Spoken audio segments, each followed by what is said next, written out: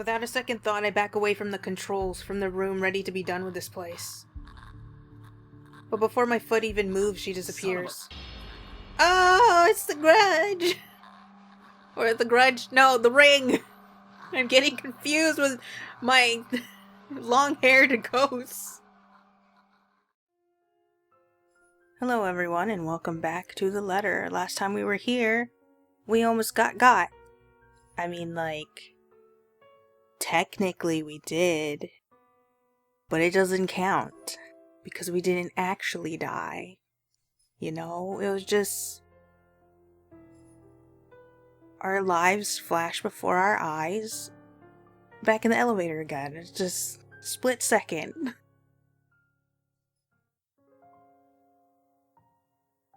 Morning breaks in a blurry mess of vivid shapes and colors.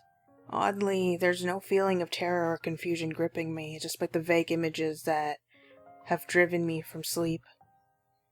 Awareness kicks in shortly, though slow and sluggish, as I blink away the last remnants of consciousness from my eyes.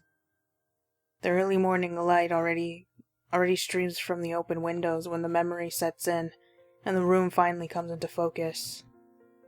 Isabella's apartment. Pushing myself upright, my eyes wander idly towards her prone form. She's hunched over the coffee table, both her arms under her head while she continues to rest. Then, to the chaos of papers and folders we've left scattered over it, before sleep had claimed both of us. We've bunkered down here last night, after both our nerves have calmed down, mine for the most part. Staying together was an unspoken invitation. And anyway, I'm pretty sure neither of us wants to remain alone when there's that woman. You think Rebecca's gonna come in, or like, come visit, and then she's gonna see Ash here, and she's just gonna be livid? Is she still one in the first place? One that we'd normally call a human? Can it still feel guilt? Does it understand pain? Fuck, I'd rather get charged for breaking and entering than mess with whatever that thing was any day. Not that thinking about this still matters, when all our lives are in her hands. She's dangerous. If we don't do anything about her and this curse, we'll definitely be pushing daisies soon. I can't let that happen. I've dallied on this long enough, left all my friends in harm's way after the warnings they've all given me. Besides, beneath the terror and the adrenaline that keeps me running, knowing what lies ahead for Isabella makes it hard not to take action. The paper sitting on the edge of the table calls my attention, at this, light against my hand when I reach for it. It caught my eye the night before, but with the lot we still need to go through, I've simply ignored it. The logo emblazoned at the top of the page, however, provides this paper a whole new meaning. Not for me, but definitely for her. A scholarship grant, huh? I've only ever heard her talk about this once or twice, completing her degree, that is. She rarely goes about it in great detail, preferring to keep it to herself. Perhaps it's the fact that she thinks she's already too old to be chasing after it. It has been 5 years after all, but I've caught enough snippets of conversation between her and Zach to know she has never given up on it. You're never too old to go get that degree. Despite how things have panned out with her father, she's one step closer to this part of her life. As silly as this might sound coming from a friend, I'd like to give her the chance to have this. Whether this means stepping out of my comfort zone and figuring out what the deal with this curse is, I'll do so. If only to see that same smile on her from that time again. These days, the only moment she seems to show it is when she's asleep, like right now, no matter how uncomfortable she appears. A smile of my own forms despite this when I glance at her sleeping form again. She hasn't moved since, her shoulders rising and falling in a slow, even rhythm with her breathing. You won't think she has any problems this way. If only that were true. I think most people look like they don't have any problems when they're sleeping.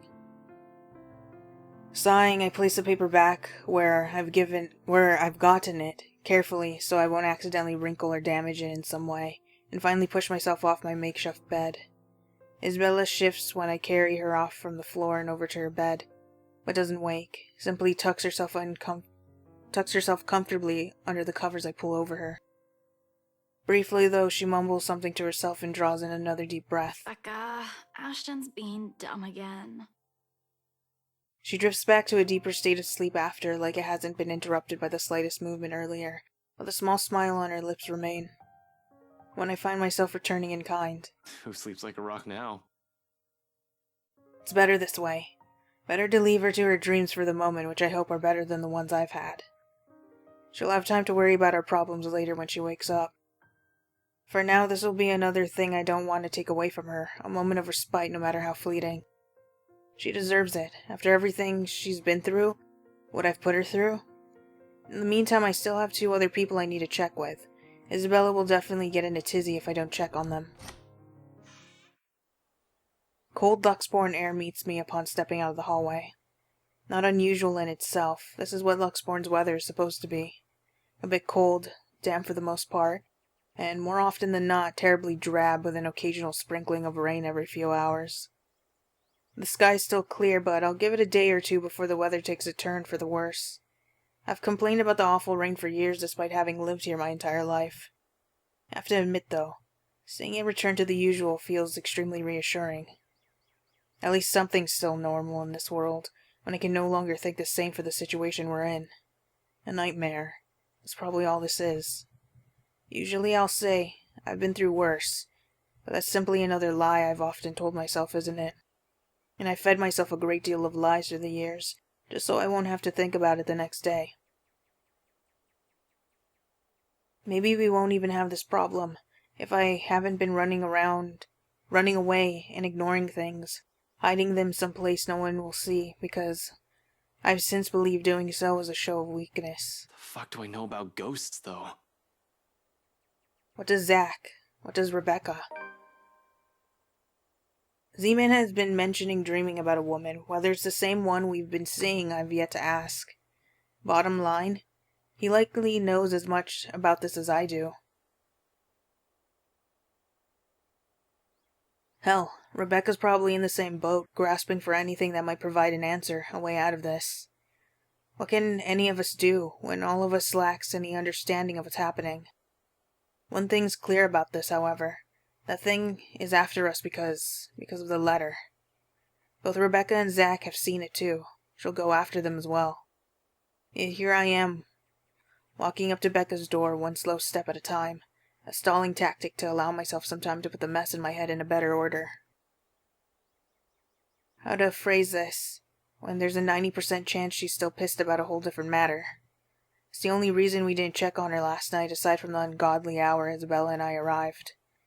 We'll only alarm her by showing up in her home in the middle of the night, acting like babbling lunatics, and her anger can last quite a while. These days it seems the only one she can easily forgive is Isabella, but even with her, Becca's fuming still takes hours. I run my hand through my hair and straighten out my jacket before knocking. Once, twice, and 3 times just to be sure she can hear me even if she's asleep. She's usually awake by now, though. Hey, Becca, it's Ash. Open up. Don't tell me you're still in bed. Seconds tick by. Oh, is this after she gets hit by a library cart? No answer from her, and dread has started to creep up. I've been trained to handle dire situations, but the feeling has been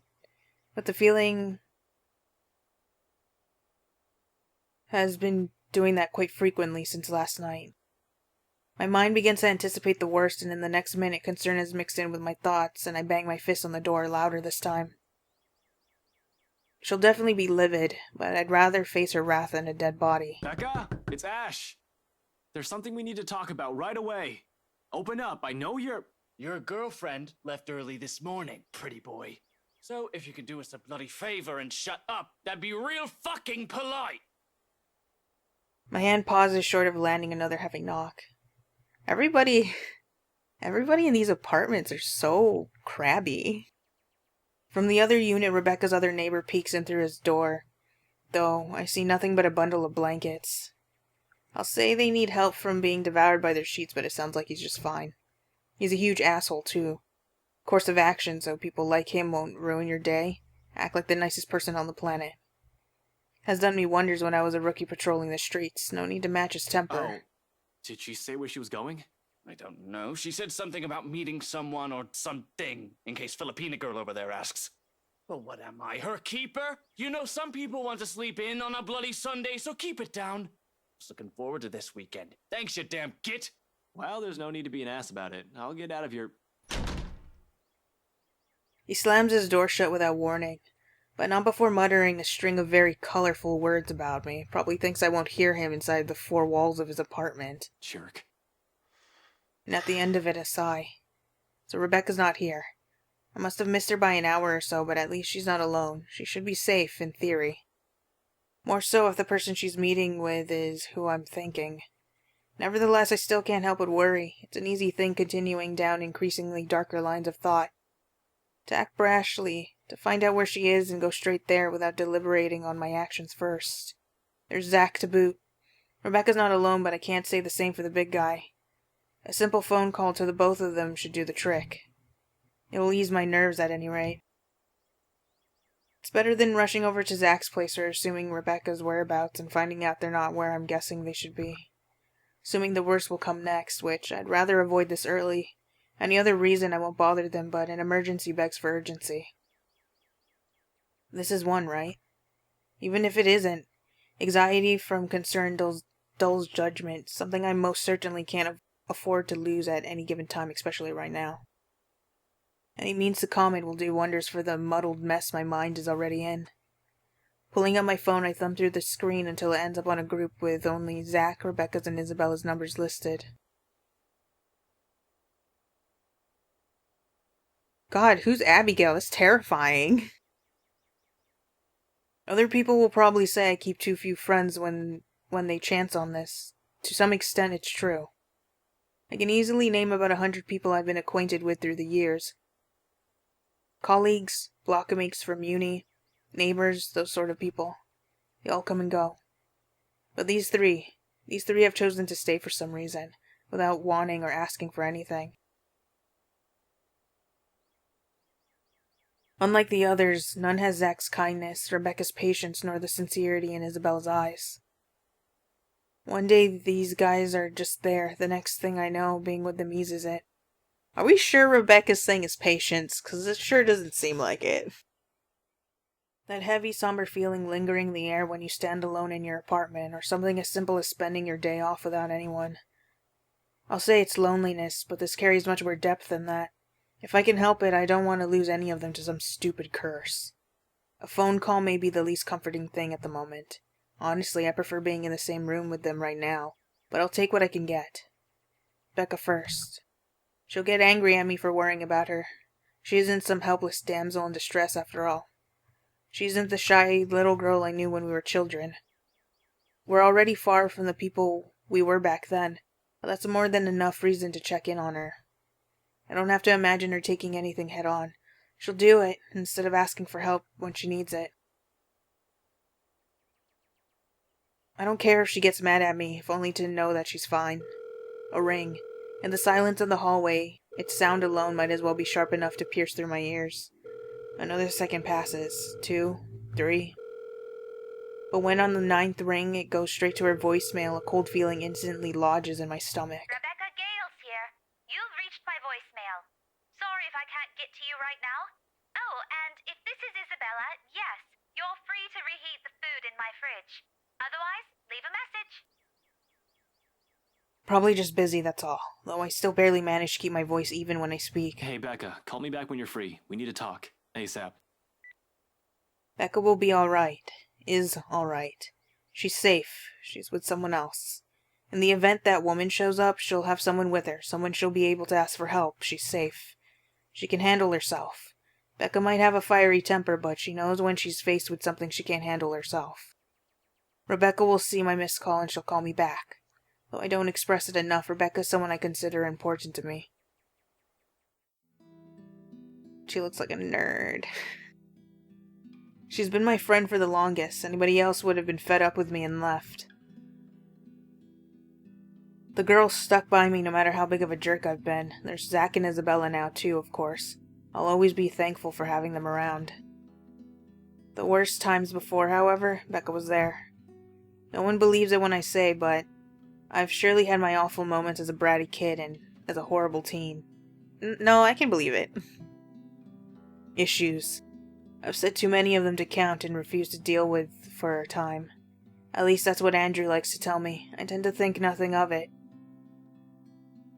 It's mellowed down over the years thanks to the professor mostly. But at times I do wonder if it still burdens me the way it did all those years ago. After all, I was terrible. Especially around the time of my parents' separation. Looking back at it now, I have no reason to direct all my frustration towards everyone else. While I wasn't a kid who lashed out at anyone, preferring to keep it to myself and turning those negative feelings into more productive things. I've grown distant from a lot of people because of it, from my old friends back in my old school, and the neighbors I've hung out with before moving. A habit I've likely brought with me into adulthood. I was just so angry with everyone and everything. All I kept thinking about was myself, wondering why me. In retrospect, I was a selfish little bastard who thought the world revolved around me.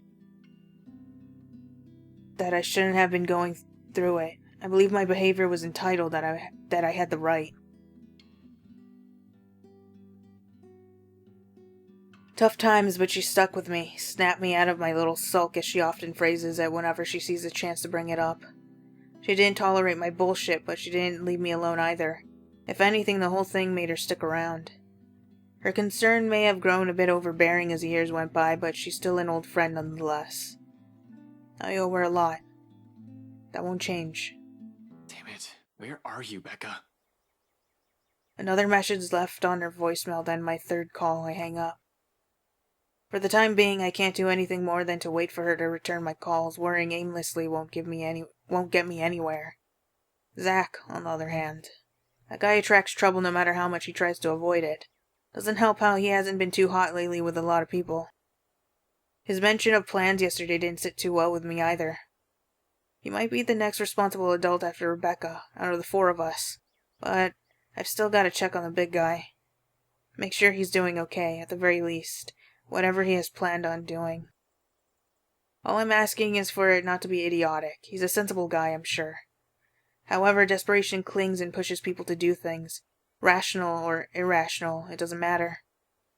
Clear thinking flies out the window the moment you're in danger, and I sincerely hope he hasn't found himself in a tricky situation. His phone doesn't even ring before he answers, or his voicemail, at least. Hey, it's Zach. Well, a voicemail anyway. I'll get back to you as soon as I can. So, just leave a message, yeah? And no, Ash, you're not allowed to lockpick your way into my apartment again. Just do what any other decent human being does and call if I'm not around. Thanks. Did he turn it off? Why? I don't want to assume the worst yet. Maybe he's forgotten to charge it? Can't be. The guy can be a bit of a Boy Scout even more than I am a cop. He's the type who has an extra battery or a power bank in his bag if he ever needs it. And he always does. He won't say anything or brag about it, but he's got quite a roster of VIP freelance clients. He won't just leave his phone dead in case he's on the field, particularly when people will likely be looking for him. He always leaves his connection open whenever clients or friends need him. Zach is reliable like that. Why isn't anyone answering? His mobile being out of range sounds more plausible, although the thought of it doesn't completely shake off the unease. Unlike Rebecca and I, he took the time to listen to what Isabella said. And even if he didn't believe it, he was definitely the first one to offer help or try to do something. If he ends up in trouble doing whatever it is, so help me, I'm going to. Well, I can't be rash. I'm aware of that. Been running the same reminder in my head since last night. But if something happens, I'm certain my reaction won't be pretty. Yo, Zach, call me back, alright? I wanted to check in and, yeah, just please call me back.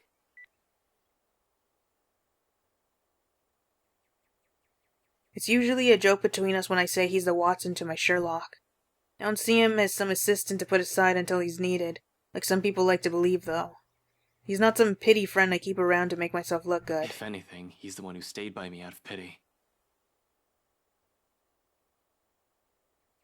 Zach's someone who puts up with me most of the time, even when he doesn't need to. It's not a case of cool cop who helped out a minority. In truth, I was a hard-headed, hot-tempered, and reckless rookie, up until I met him. It wasn't anything sudden, and some part of me still that rookie, but I've grown. Thanks to him, he tempers that part of me. Considering how our first impressions went, I'm lucky he stuck around. Becca and I may have spent a lot of years together as children, but Zach, he's probably the closest thing I'll call to a best friend. Though it's more than that. Camaraderie no words can express. He has my back and I'll always have his. He's a brother I've never had the luck of ever having. Only child and all. And I have every reason to worry about my brother. Becca's neighbor did say she went out to meet with someone, no specific names. If I'm wrong and she's not with Professor Clark, then maybe it's with Zach. They've never been close, but it's not the kind of awkward friendship where meeting together remains out of question. Regardless, I continue dialing for his phone another 3 times like I've done with Becca's. In the end, after the 3rd attempt with no answering, I stop and move to cut the call with a ragged exhale. Waiting game it is then. I've been trained for those. Hell, I'm used to them, just not when it comes to people I'm close to. Much as I keep reminding myself to maintain a level head, it's a whole different matter when it's someone you know. Personal feelings will likely get involved at some point. It's starting now, actually, with anxious strings coiling and uncoiling, causing a racket inside my stomach. I mean, you are against a supernatural being. You can't really give a heads up too much, considering she can just teleport. And that's exactly when the line finally connects. Before he even speaks, my question has already slipped out, including every pent-up worry and tension in my body. Where are you? The line's choppy, though I can still make out the words he's saying. Nothing to worry about then. He's just someplace where network coverage is shitty. Can't imagine where at this time of the morning, though. Did he go out for a jog? Aw, man, is he at the mansion right now? What was that, Ash? Could you repeat that? Signal's shitty here. I asked, where are you? Hell, Zach, I've been calling your number for a good 20 minutes now. What kind of shithole did you get into? I've meant that to sound as friendly as possible to keep things light, at least. Instead, only the frustration shows in my tone. Good morning to you, too. I should be asking you that question. I've been looking all over the mansion for you. I thought you'd be... What mansion? Do I really need to answer that? Oh, damn, I'm really confused with the days. Why are you even... Please don't tell me that's his plan. A morning visit to the mansion, where Luke Wright is. Of all the pig-headed things to do right now, it's the best thing he can come up with, breaking and entering. I didn't have him go in the mansion. He should be safe.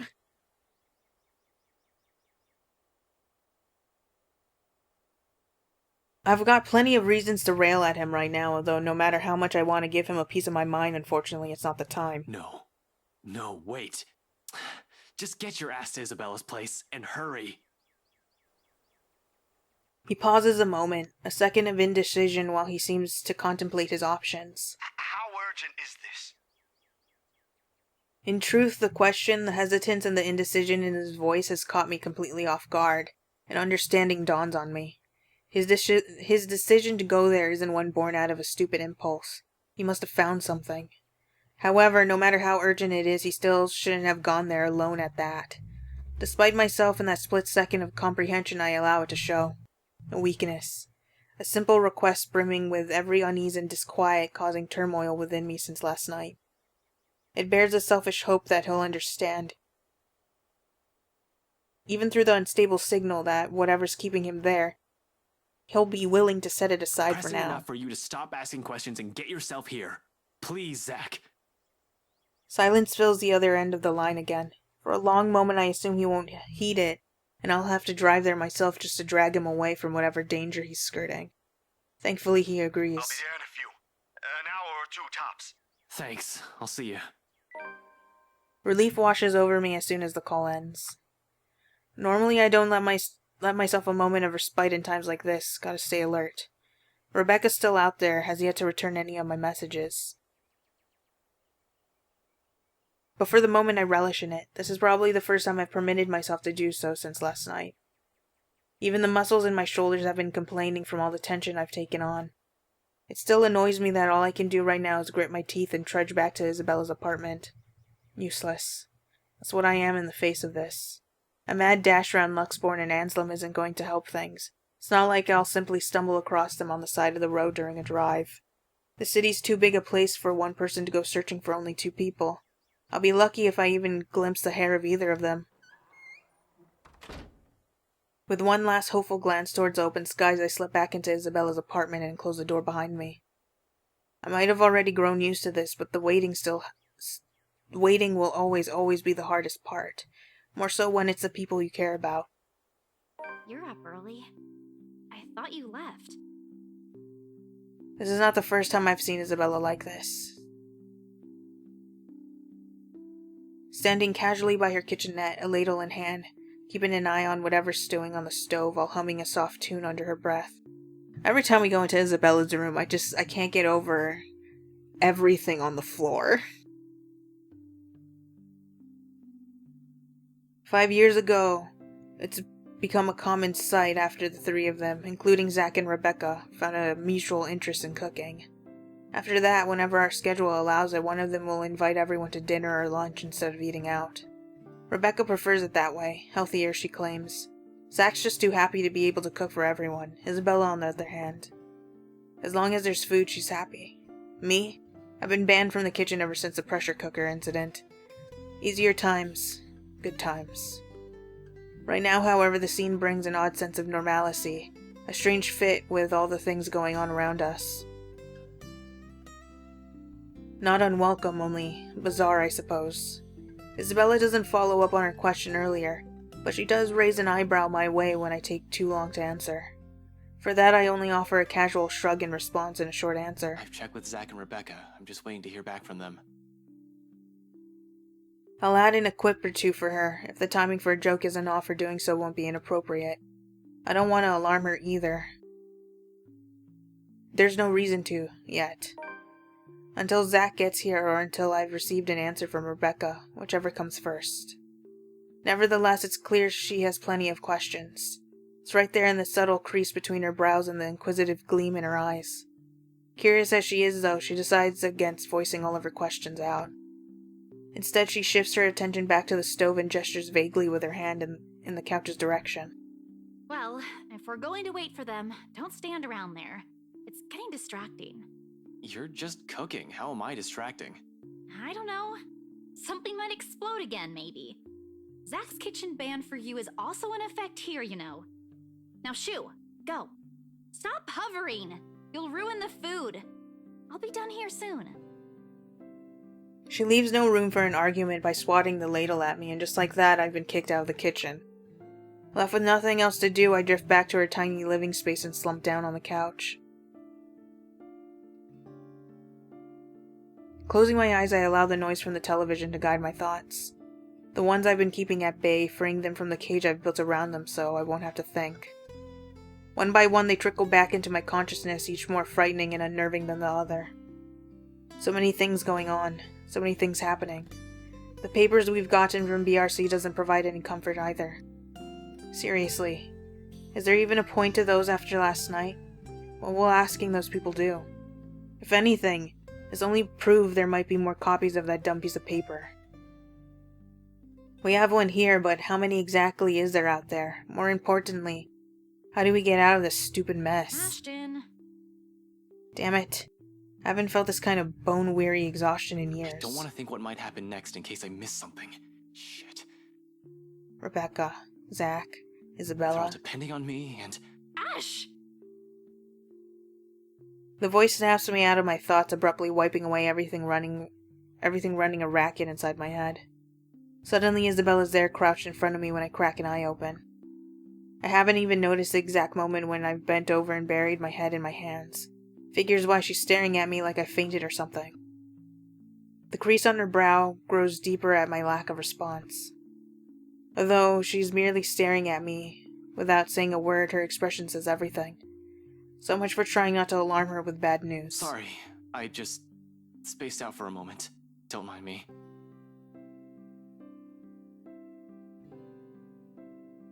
For a brief moment, she seems to accept that. Quietly, she shifts, stands up, and takes the empty space right beside me. All done without a single comment. Then the next thing I know, she's gently pushing a bowl in my hands. The scent reaches me first, before I've gotten the chance to take in what she's just handed me. A faint, sweet smell of cocoa wafts from the dish. Calming, comforting, despite the multitude of things bothering me, it certainly smells like the kind of food you'll eat on a rainy day. Though from the get-go it doesn't look as appetizing. What is this even? I think I might know what it is, I just don't know the name exactly. Porridge? Why would you put chocolate in it and milk drizzled on top? She tells me my tastes are weird, yet here she is, handing me something equally as strange. It's not that weird. In fact, she's already started digging in hers. I'm not sure if the taste will be equally as appealing. No, it's good. It tastes like chocolate. Baffled, I glance her way. And it does have like a porridgey consistency, like think oatmeal. If what I'm thinking of is the same thing. She offers no immediate answer, simply continues eating as if she hasn't done so in a week, with her focus solely on the television. She's not watching, however, just listening. As a background noise, the voices from it seem too cheerful. Welcome distraction, if anything. It's only after she's finished half a bowl does she acknowledge the question in my eyes. With a sigh, she cradles the dish on her lap and looks down at it. Briefly, her lips part, then closes. A hesitation, though I don't push her. There's a distant air on her, as if she has remembered something that warrants a poignant thought. When she speaks at last, it's in a tone too careful, like she's still weighing her words considering the proper phrasing for it. Yet sincerity underlies each syllable once they're out in the open. You should eat. Back at home, Mama would never let us leave the house if we hadn't eaten breakfast yet. Even Papa has gotten an earful when he tried. So eat. You'll need it. She returns to her food afterwards while I can only stare at the one she has pro-offered not a few minutes ago. Warm against my hands, tempting me to take a bite. Not that I don't appreciate this, but what good will this do? Zach and Rebecca's both out there. Who knows when that ghost will show up again? Even in our dreams we're not safe. But that's it, isn't it? We don't know when, and at present, we have a chance at respite, maybe the only one we'll have. Even if it's as mundane as sharing food between us, quietly, just sitting side by side like this, without exchanging any words. The intent hangs unspoken in the air, something that probably goes as far back as the second she offered food. Still, in the end, Isabella's never pushed it. Rather, she lets her own silence convey her hope. Whether I'll allow myself that break, she leaves it up to me. No, eat it. Thank you. The words roll off my tongue, awkward and familiar, far removed from those jests and quips we've shared. Also, like, if you're gonna be dealing with a ghost, at least have the energy to run. Yet she accepts this with a smile and nothing more. Regardless of everything left unsaid, the sight of it brings comfort. More so than any generous offer of food can give. Though we both lapse into silence after, as we finish our food, there's ease in it. In this, and the muffled sounds of Luxborn filtering into the room. In the light streaming from her windows and the faint draft occasionally drifting in, catching the loose tendrils of her hair. In the way her voice falters when she tries to form words. And despite the horror looming over us, I find myself wishing for the minutes to slow, for the seconds to last. But ultimately, she's the one who breaks it, softly, after a minute's pause and words mumbled under her breath. Sometimes silence simply compels us to speak. I've been wondering, before last night, before Mama told me the news, what if Papa passes away, despite everything? That sort of thing. I know it's not good to think about, but I also knew it was getting worse. Mama won't say anything, but I've always known that one day, he'll eventually... She releases a sigh as her grip on the bowl she holds tightens. There are no tears, but she might as well have them with how weak her voice falls. Are there even any left? I don't know what I'm going to do. Before, I can easily say it's because of Papa. Now, I don't have anything. You have that scholarship from Lux U. Were you going through my personal papers while I was sleeping last night? I don't really have to. You left it sitting in the open. Right there on the table. Like there's still anything to hide, she snatches away from where I've placed it back earlier. Except there's no anger or annoyance in her face when she looks at it and rereads every line with a pensive expression. After a short while, she folds it neatly along the creases and sets it back. I don't even know if this will work out. Well, if it doesn't, what about that exhibit you've been planning with Zach? Do I even have to ask where you got that? Zach sucks at lying. You have no idea how easy he is to read. It was all in his face when I asked about it. And anyway, if that doesn't pan out too... I trail off, hesitating, measuring the weight of my next words. Genuine as they are, a part of me believes they're a burden, too heavy to impose upon her. Because no matter how much I want her to stay, we're not what ties her here. It'll be selfish to ask that of her more than anything. Her family will always come first. I say it nevertheless, if only to let her know that no matter what her choice will be, there will be people here whose lives her mere presence has changed. Mine most of all. You have us. The words startle her to a pause, and slowly she turns to me, her eyes wide, disbelief all over her face. But before regret forces an apology up my throat, her expression dissolves to something I can't quite place. Something distinctly softer, more tender, familiar, almost in the same manner she glanced at me years ago, that day on the bridge. However, I don't get the chance to figure out what it all means for her. All of a sudden, a knock breaks the moment, and just as fast, both our attention shifts towards the source. I'm just upset that they didn't say what it was so I can remember what it was. I'm gonna have to look it up. Like everything. Before things can get awkward fast, I stand up to open the door while muttering some flimsy excuse in the process. I'll get that. It's probably Zach or Rebecca. No, it's me, the ghost! Wah! Gotcha! Really, I know we're in a pinch, but their timing can't get any worse.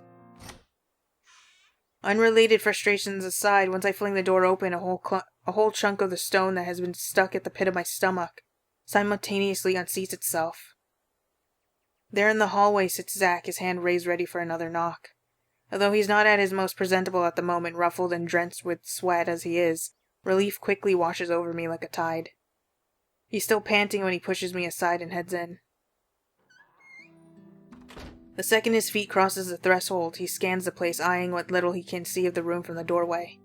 When he finds none of whatever he's looking for, he turns to me with a questioning look, one that has a hint of panic in it. You said it was urgent. Did anything happen? Is it Becca? Bella? Everyone's fine. Becca, sorta. Well, Becca's not here.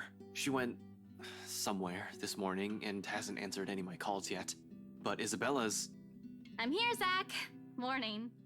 His weight shifts at the same time the stiff line in his shoulder eases, once Isabella walks up to us and welcomes him with a smile.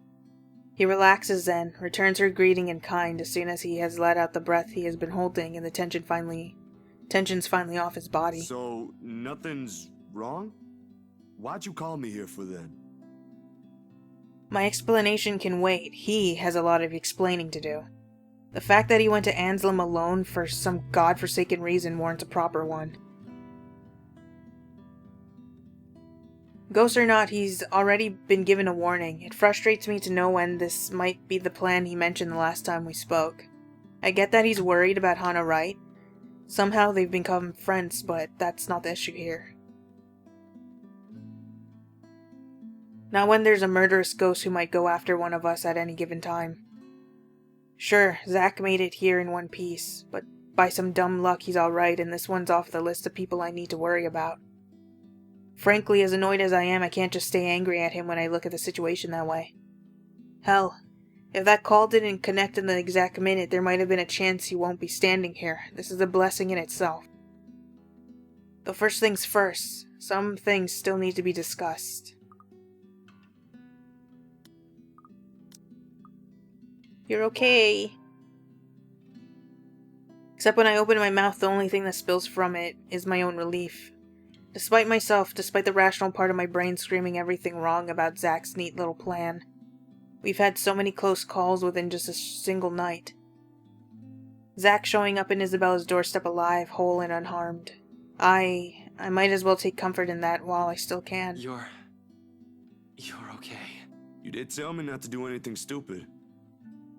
Suddenly the whole room feels too heavy and all I'm able to do is drop down on the couch. A headache also threatens to burst at the same moment, or perhaps this is what release from anxiety feels like. Regardless, I reach up a hand to pinch the bridge of my nose, even if it'll likely do nothing to alleviate the impending pain. Christ, you were right there! We have this stupid curse thing going on, and you were right there!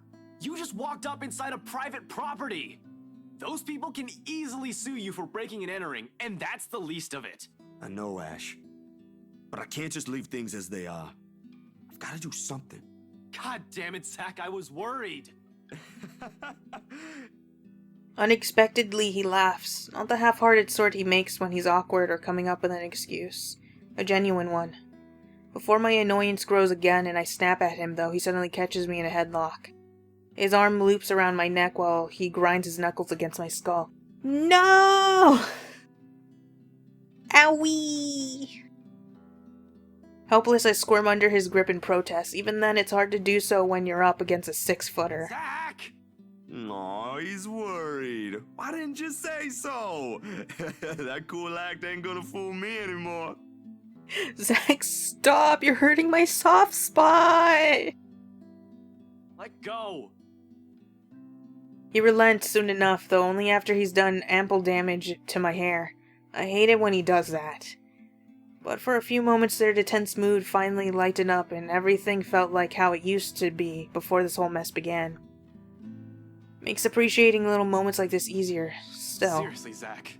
Why are you even there? Told you already. I was looking for you. Why would I even go there? Well, you mentioned a plan with Isabella here. I assume that's where you guys went, since that's where she found the letter. Sorry.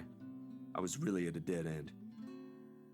The logic in it stuns me into silence, to say the least. Then I remember his hesitation, the tone he'd taken before agreeing to go here, and all at once my anger from what he's done wanes. Partly this is my fault for keeping things vague. I can't berate him for assuming that, when I've only left him with vague answers. You could have called me. I did. I didn't receive any, and my phone was with me. You're kidding, right? I was at it the whole night. The whole atmosphere in the room changes in 2 heartbeats.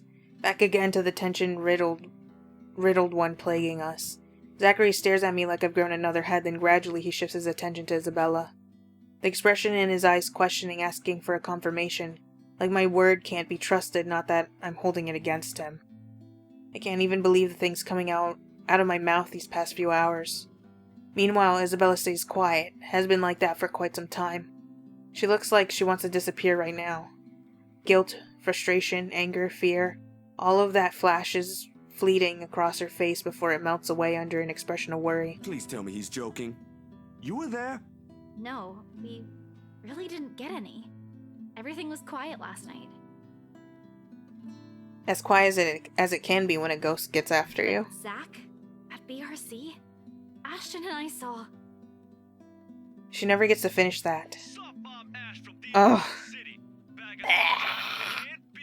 Abruptly, my phone rings again, blaring its badly sang ringtone throughout the whole room. Both of them pause, waiting, when I pull it up to check the caller ID. I'll tell her to get here as soon as she can. Excuse me. Without another word, I slip out of the room and answer the call, however, the tone she assumes isn't what I'm hoping to hear. Ashton, are you there?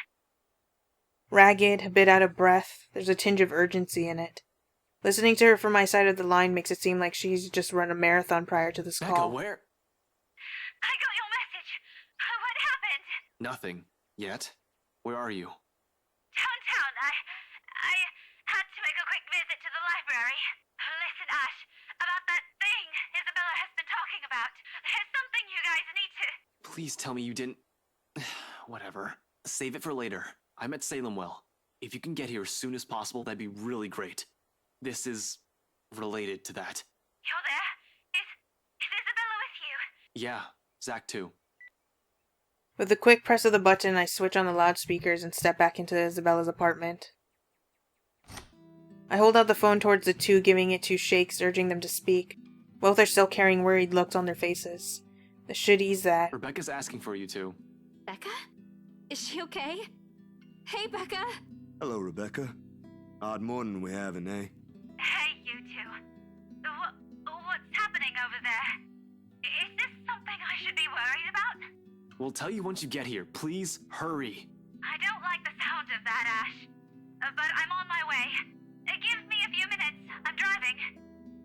Kinda hate the filter on the phone, cause I don't know if it's just my volume or what, but it hurts. It's kind of grating. She mumbles a goodbye, then hangs up. Becca's the last person I need to account for, yet that call left an even more strained tension in the room. Thankfully, we don't have to linger in it for too long. She only takes a matter of minutes to get here, and the second she steps into the room, Isabella clings to her. I'm so glad you're okay. Ashton checked on you this morning, but... He did? I'm sorry. I was in a hurry. I didn't have time to drop by and let you know. It doesn't matter. What's important is you're here.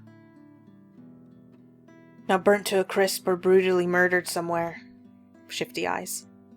Whole, alive. Although she seems a bit shaken, it doesn't really matter in the grand scheme of things. At least now I can relax, ease the pressure off my shoulders, if only by some. But the minute Isabella pulls away from her, she winces, a small reaction. The younger woman doesn't even catch it. It sets a precedence for a careful observation, nevertheless.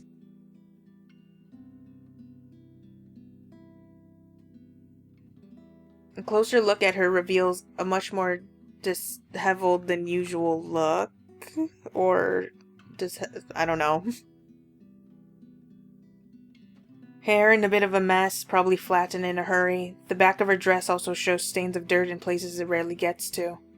She's also leaning more on using her left arm. She's right-handed. Perhaps the most telling is the slight limp she has, noticeable once Isabella leads her into the room. It all spouts a hatful of questions. What exactly happened and how she ended up in that state? Pretty sure a simple trip to the library won't do that. I grab for her arm before she can walk past, carefully to avoid hurting her in case there really is an injury. Seems like it at first glance, but you can't be sure until after a careful examination has been made. I suspect some bruising at least. Although minor internal fractures aren't out of the question, they have a nasty way of staying hidden. Sure enough, Becca tenses immediately upon contact.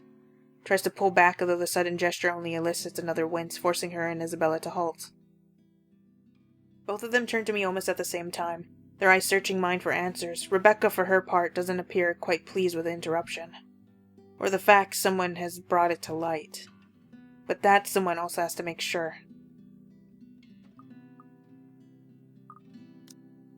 Both of these look very much like she can answer, yeah, I'm fine, and no, I didn't get into any danger.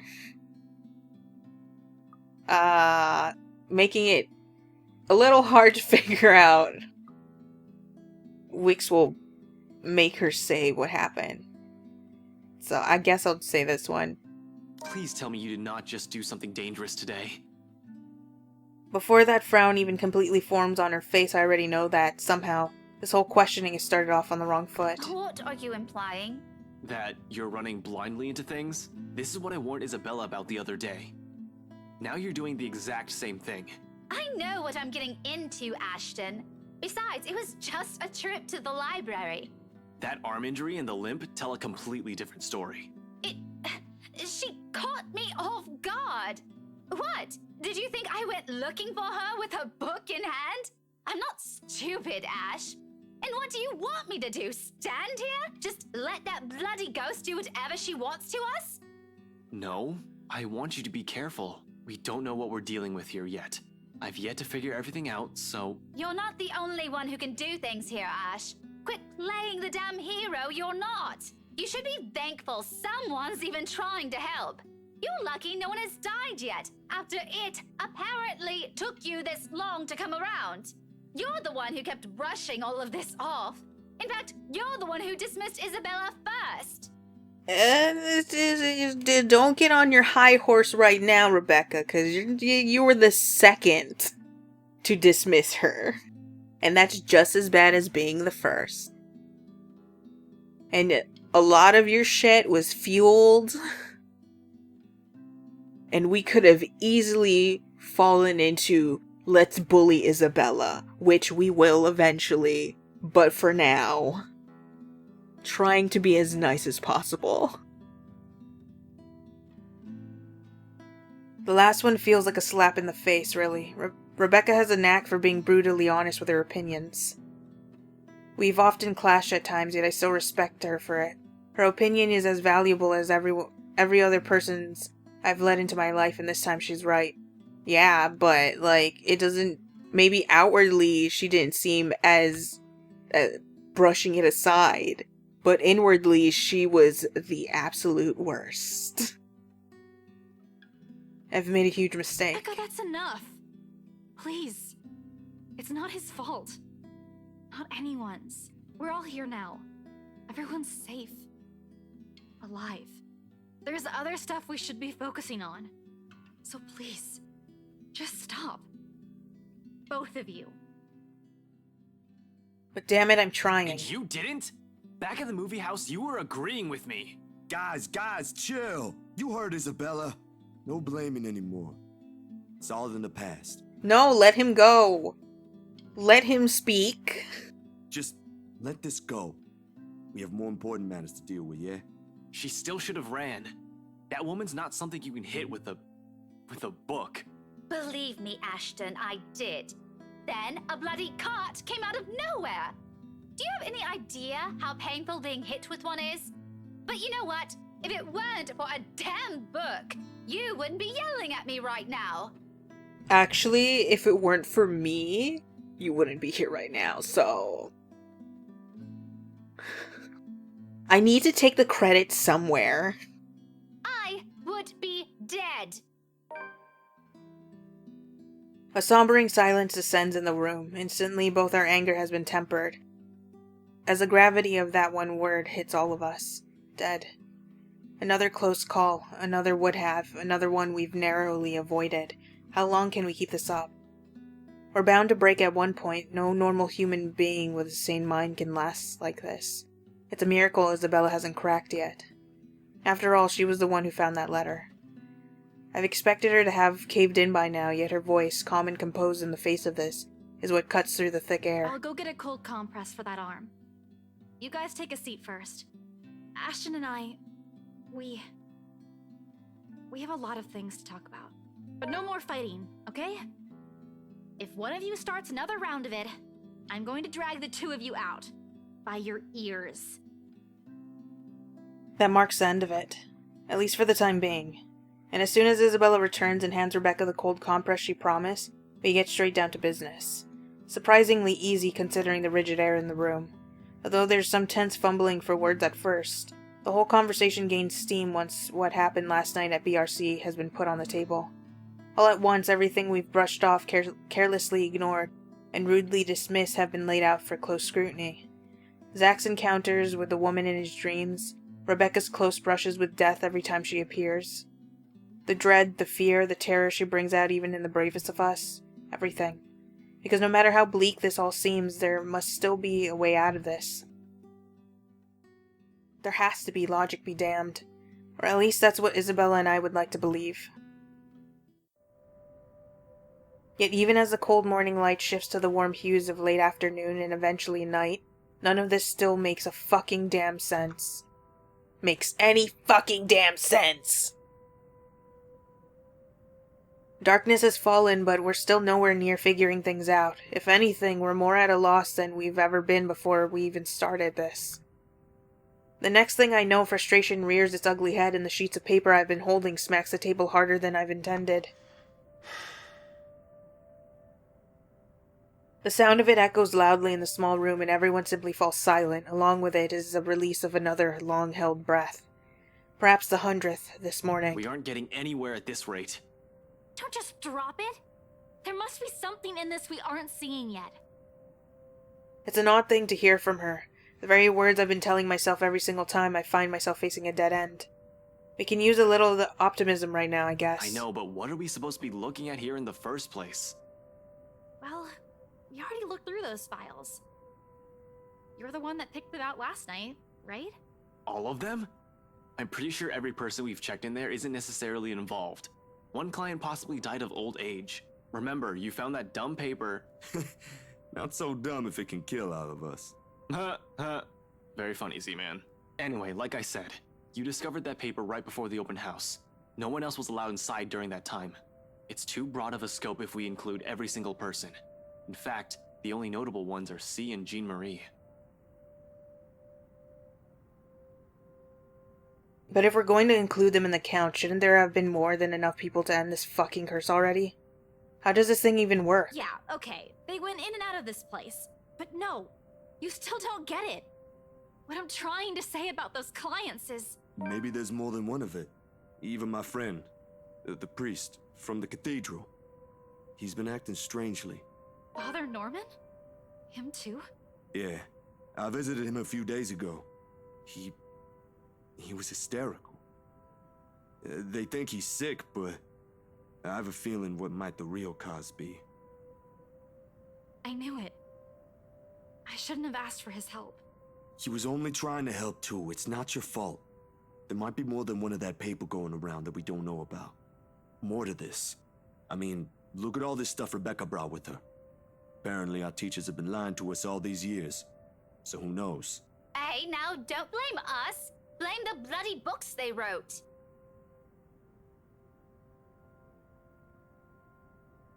Quietly, Isabella reaches for one of the papers Rebecca has brought with her and carefully inspects the words printed on the page.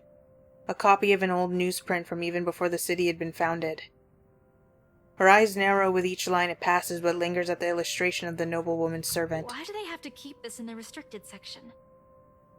Rebecca merely shrugs at her inquiry, but her own annoyance seeps through her answer. How should I know? I wasn't even aware we have archives that go as far back as this. This is before the city was even founded. As a matter of fact, if it weren't for Andrew's help, I wouldn't have gotten my hands on any of it. Maybe they didn't think it would be important to talk about it. After all, this is more Anselm's than ours. That or some old bugger's hiding something.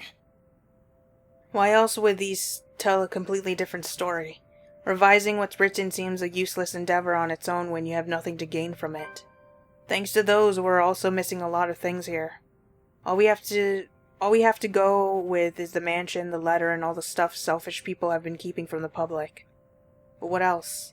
Somehow, even with all this information in hand, it still feels like there's something we're overlooking. At present, everything seems to point to where this all started. The Ermengarde mansion. Will bringing the letter back there fix everything? Fuck. How do I? The mansion's a private property now, can't just waltz in there. I'd rather die before I even think of begging Wright to let me in and investigate the place. One thing's very clear after these last 2 days, however. We're not safe anywhere, and I have to act fast if I want to keep my own friends alive. Can't keep running away. Sooner or later, she'll get us. Before that happens, I have to put an end to this. Sighing, I stand up and stretch out the kinks in my back after several hours of sitting. We've been at this for too long. A break is needed. Time to let everything sink in, or else we'll all burn out. I know I will, and it's another thing I cannot let happen when they're all counting on me like this. Albeit unspoken, it's in their eyes as they look up at me waiting. We've been at this since morning. We should take a break for a few...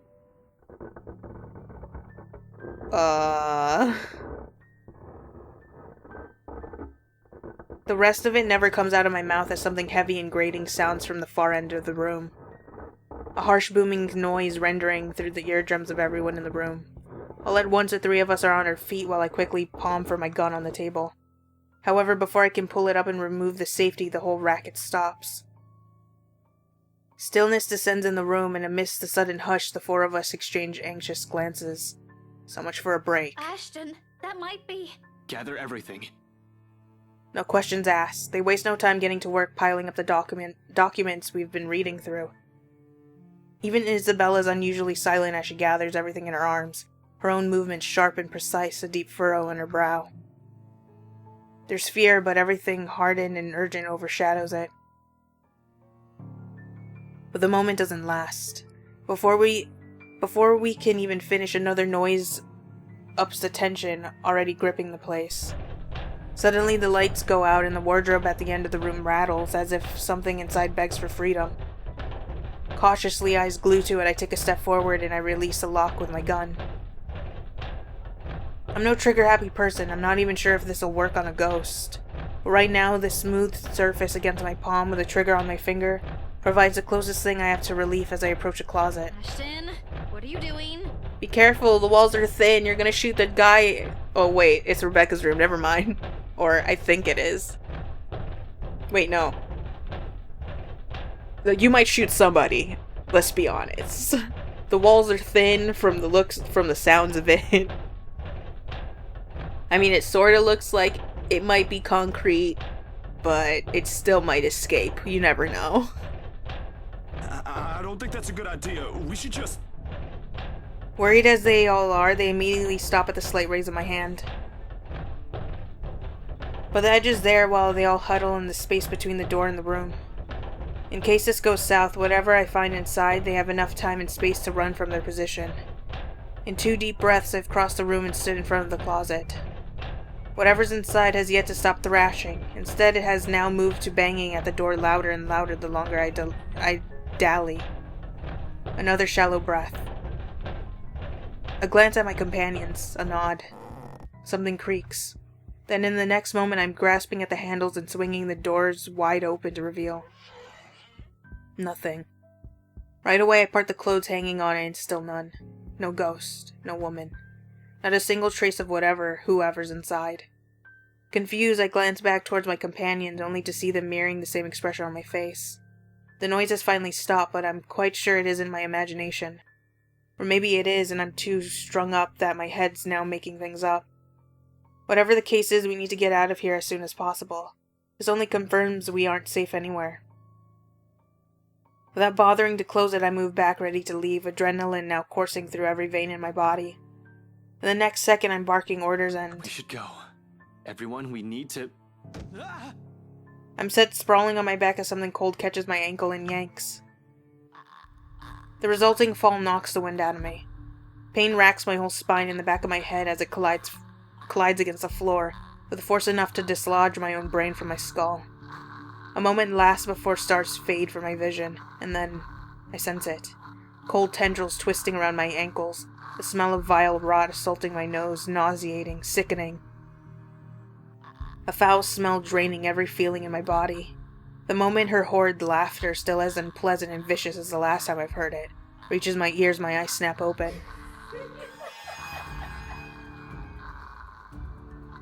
Perhaps it's just an experience, or maybe my mind's still attempting to comprehend this. Regardless, the minute my eyes land on her, the whole of my body freezes. The gun in my hand turns useless as my grip on it slackens. It's in the manner her gaze bores on me, I'll say. The look of utter hatred and malice, I've seen it loads of times. From suspects, mostly murderers, who never regretted their actions despite being caught. This is the face of someone who you can no longer reason with. Just quick mention, what if the servant was a witch and she switched bodies with the Blondie, and then so the servant in Blondie's body, blonde servant I will call her, burns black-haired Charlotte, and then she re-arises pissed as fuck. Maybe even more so than she already was. And I know the moment she laughs again and starts dragging me towards her, it's already going to be the... Ashton, snap out of it! No, I can't die here. Not yet. The haze fades from my mind and instinct kicks in then and there. Everyone out! Get out! Get out of here! With one powerful tug, I yank my foot out of her grip and scramble back to my feet, ignoring the piercing wails she fills the room with. Within the span of a second, I'm gunning for the door, grabbing the wrist of the first person my hand can reach and leading everyone out. Into the hallway, down the flight of steps, and right inside my car. I waste no time flooring on the gas pedal the second the last person closes the door behind them.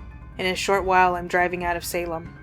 I don't even entertain the thought of winding down just yet, even as the last of the woman's painful cries fade into the night.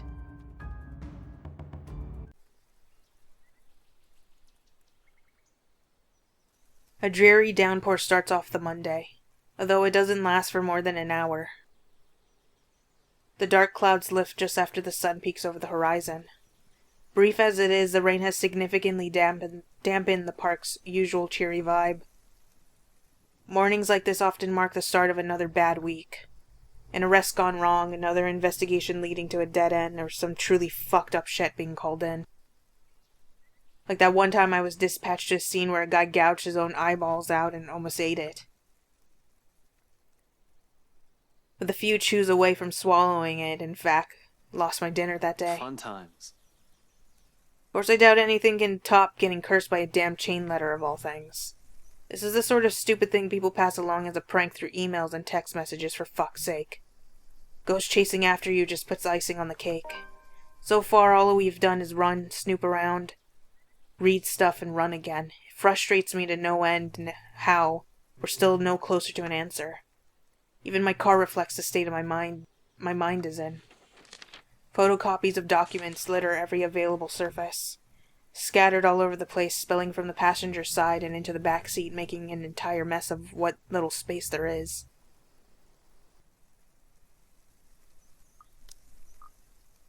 God, we're not even halfway through the branching tree.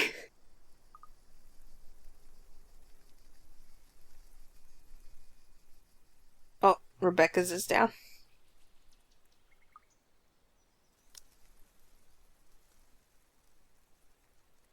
Not that I'm any better. My last shower was 24 hours ago. I haven't slept at all. My last meal was that chocolate porridge thing Isabella offered. The way I am now, I'll definitely get a scolding. Rebecca will definitely give me an earful and tell me to take care of myself better, say that I'm killing myself on the job. I can already hear Isabella complaining how dark the bags under my eyes are getting, and how I reek and how I need to shower pronto. I can rest easy when this is all over. It's not that I can't feel the pang of hunger. With that woman chasing after you, it's difficult not to feel anything other than horror. The rush of adrenaline coursing through my veins and my desperation to survive. In fact, I can still sense the ghost of her touch from last night. Her bony digits wound tightly around my ankle and that horrid smile she has on her as she pulls me closer. The memory's enough to send a shiver up my spine and make me antsy. Perhaps the only thing comforting about this is the sight of my gun nearby. From my dashboard, sunlight glints off Ophelia's surface. Normally, I keep it hidden in a compartment. Luxborn police regulations only allows authorized people to carry firearms, and even those are limited. I do have that authorization, but I never really saw the need for its use, when the standard issue tasers are more than good enough to incapacitate anyone. If not, I can always throw them on their back. Those judo lessons Dad forced me to get as a kid has its uses too. On a ghost, though, all of those will probably yield the same result. They're all useless. I might as well use a stick. However, it's the feeling of ease I'm after, or what little of it I can gather from it. The awareness that I at least have something to protect myself with in case things go wrong. That I can still protect the people who are still depending on me despite the missteps I've taken. It doesn't take the edge off, though, the feeling that your whole body has been strained far beyond its capacity. Frankly, I'm already running out of steam. Damn, so many story updates. The only thing pushing me right now is knowing someone's still depending on me. I wonder if that's advancing the branching tree. The stretch is still in order, though. I've been sitting here since last night.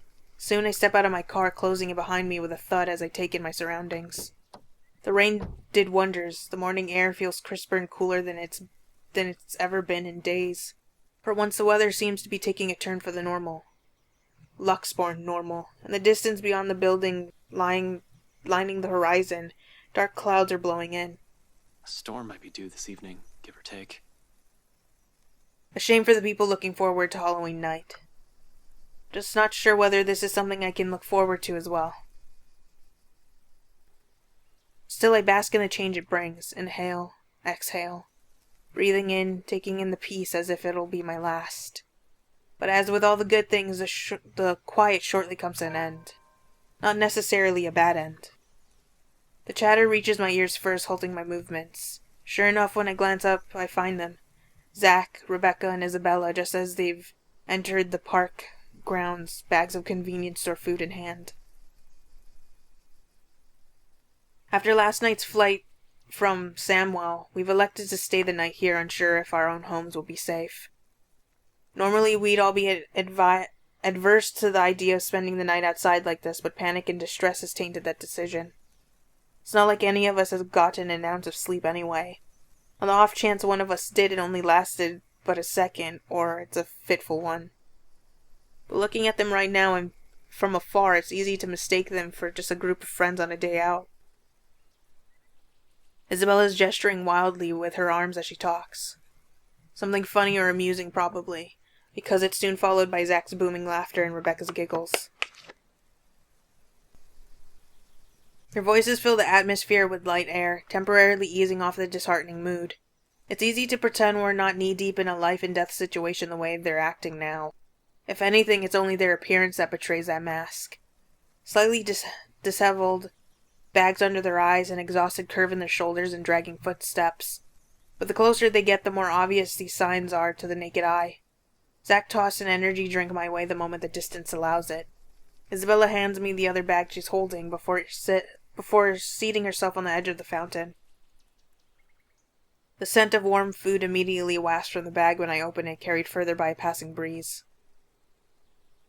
Whatever sweet sauce they dribbled over this pork wannabe, it smells heavenly. Hell, even the sorry-looking vegetables seem appetizing. Despite myself without even checking exactly what this is, hunger swiftly takes over every rational thought. I dig in without waiting for them to start. The rest of them appear to be of the same mind too. Soon enough, they also start with theirs. No casual talk while we fill our empty stomachs. Exhausted as we all are, food is something we can't forgo. Starvation dulls the thinking, weakens the body.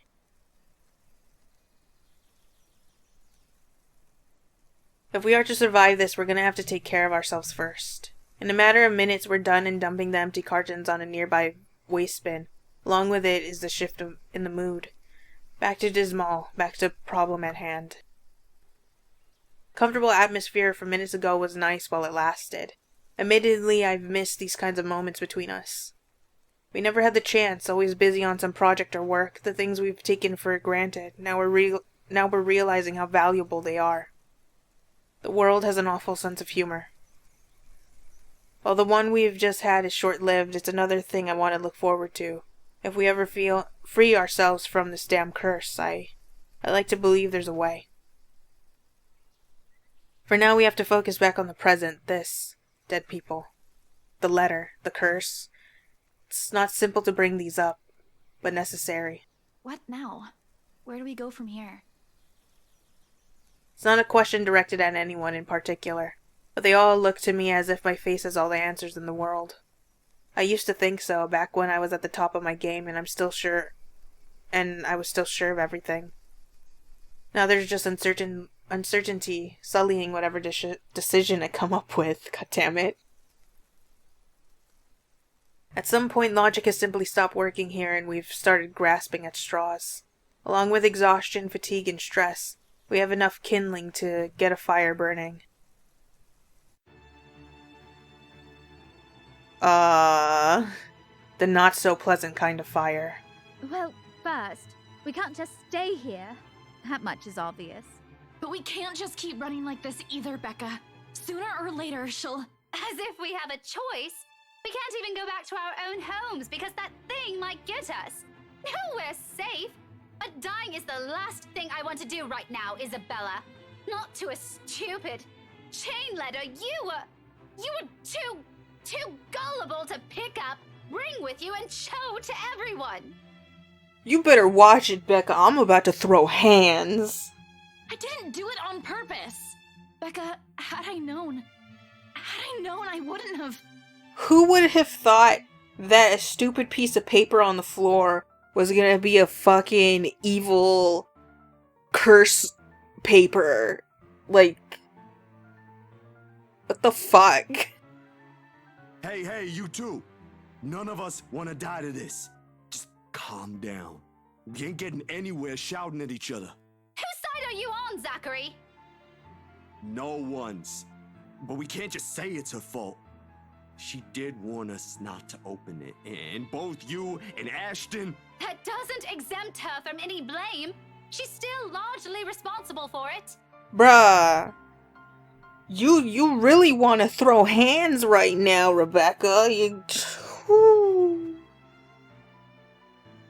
I'm gonna throw you in this fountain, and then I'm gonna throw the trash at you. Yo. Like... This is not what I was expecting. After they ate, I didn't know things were gonna take a goddamn turn. The only person I could trust right now is Zach. I don't know what Ashton is doing. And you're not? I didn't say that! Do you really think I don't blame myself for this as well? Sure doesn't sound like it. Sure sounds like you're putting all the blame on Isabella. I tried to warn all of you. None of you listened. Now you're blaming me for something I kept telling you guys since day one? You're just as responsible for this as I am. So now, you're throwing it back at us. We wouldn't even be having this problem if you're... Will you two cut it out? This ain't the place for I don't know, petty squabbles. If you don't want to get caught in it, then stay out of this, Zachary.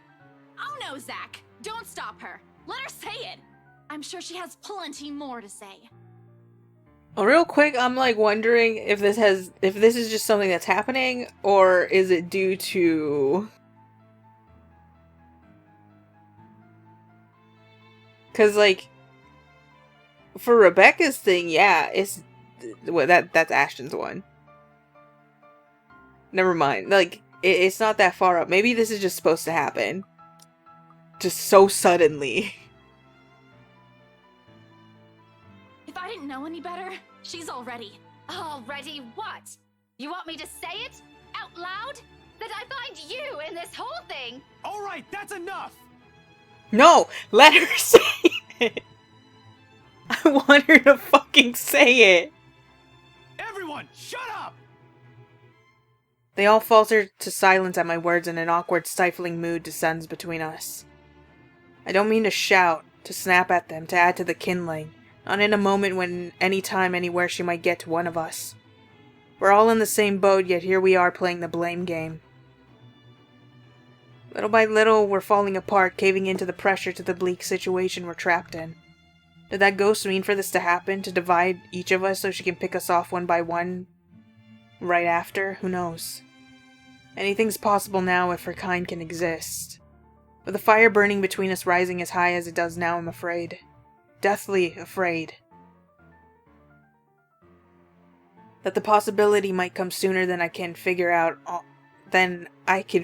this out. Fuck. I still can't think straight. Can't even believe the next words coming out of my own mouth. That, out of everyone, I have to be the one saying these to them. This is more than their forte than mine, keeping the peace, placating everyone. While I unintentionally aggravate people with badly chosen words. Funny how fast the tables have been turned after just one unfortunate accident. How am I supposed to even cope? If we all want to get out of this mess in one piece, we're gonna have to cool our heads first. Before my own temper flares, I walk away and slide back into my car. If the door slams with more force than needed, I like to blame it on the pent-up anger boiling in me. I'm not even sure what or who I'm angry at. The ghost, at them, or maybe at myself for being this useless. Because despite none of them saying it, I know, goddammit.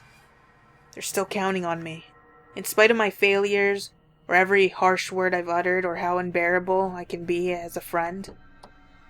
It's there when the tension after the argument finally breaks, and one by one they follow me and get in the car. It's in concerned glances they shoot my way when I start the engine without a word and drive off. It's in their silence, a heavy gift, their unwavering trust. Yet it's one I'm more more than willing to carry, even through my own exhaustion, if only to keep them safe.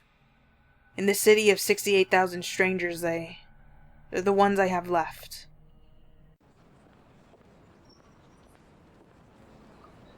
Though in all seriousness, a good rest is still our best bet for now. Thinking with an exhausted brain is almost as good as running around in circles. We might as well just throw ourselves at that ghost and be done with this. The local Irish pub may not be the best place to hang around when one hasn't slept a wink or you're stressed. More often than not, it's loud. Sometimes the music played by drunkards grate the ears and the whole place smells like piss on a bad day. All in all, it's very definition of the last place I'll hang around after a wakeful night, but it's safe. Or as safe as it can be with G's security watching the place. Makes it easy to find help in case you find yourself in a tight spot. The place being owned by a person I've implicitly placed my trust on provides some semblance of comfort too. Gregor, bartender G, or just G to his regular patrons, might be rough around the edges. Sometimes a bit too gruff for a man serving drinks behind the counter, but he belongs to the good folk of this city. If there's anyone in this place I can rely on to look after people important to me, it's probably him. He means well, surprisingly despite his surly demeanor. Cares to some extent for people he likely only sees once or twice a week on a bad day. Not the best job in the world in my opinion, but that's exactly it, isn't it? In wine there's truth. Alcohol in this case.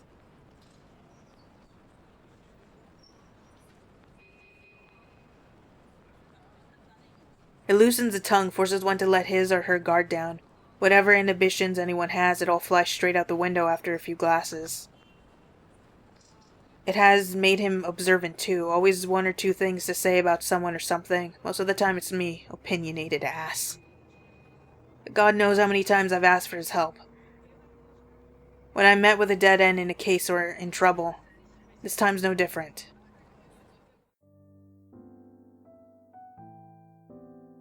Damn, what are they, open 24/7? As expected, the moment we show up, he's kind enough to offer us a room at the back of his shop. A single look on my face, I don't even need to say anything, and the next thing we know, he's leading us in. No questions asked. Maybe it's also for this reason why I find myself drifting towards his station hours later, after having gotten that much needed shut-eye. Newly washed drinking glasses and tumblers line the counter surface when I enter the room. Behind the bar, G's busy wiping each of them clean, likely prepping it for tonight's use. Briefly, he glances up at me, once I claim one of the empty stools and grab a rocks glass sitting closest to my elbow.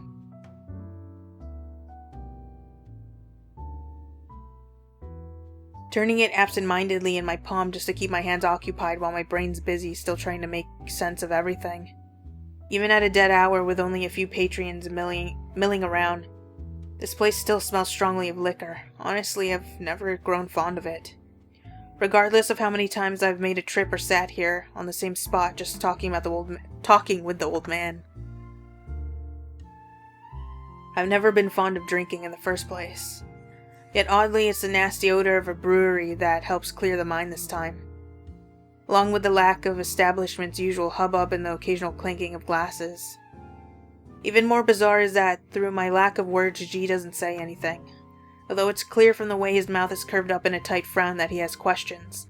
A bucket load of it, he wisely keeps it shut. Instead, he simply focuses back on his work. Rinse, wipe, stash away, repeat. Going through the motions with such familiarity it's almost a trance. Watching his precise movements quietly like this, with these thoughts swimming inside my head, it's easy to lose track of everything around me. One solid lead on this, one possible way to sort this out, but will it work? Especially if my assumption's correct and that the reason Zach was there yesterday morning was because of the curse. Something must have happened there for him to see the need to visit the place that morning. What if the couple has fallen victim to the curse too?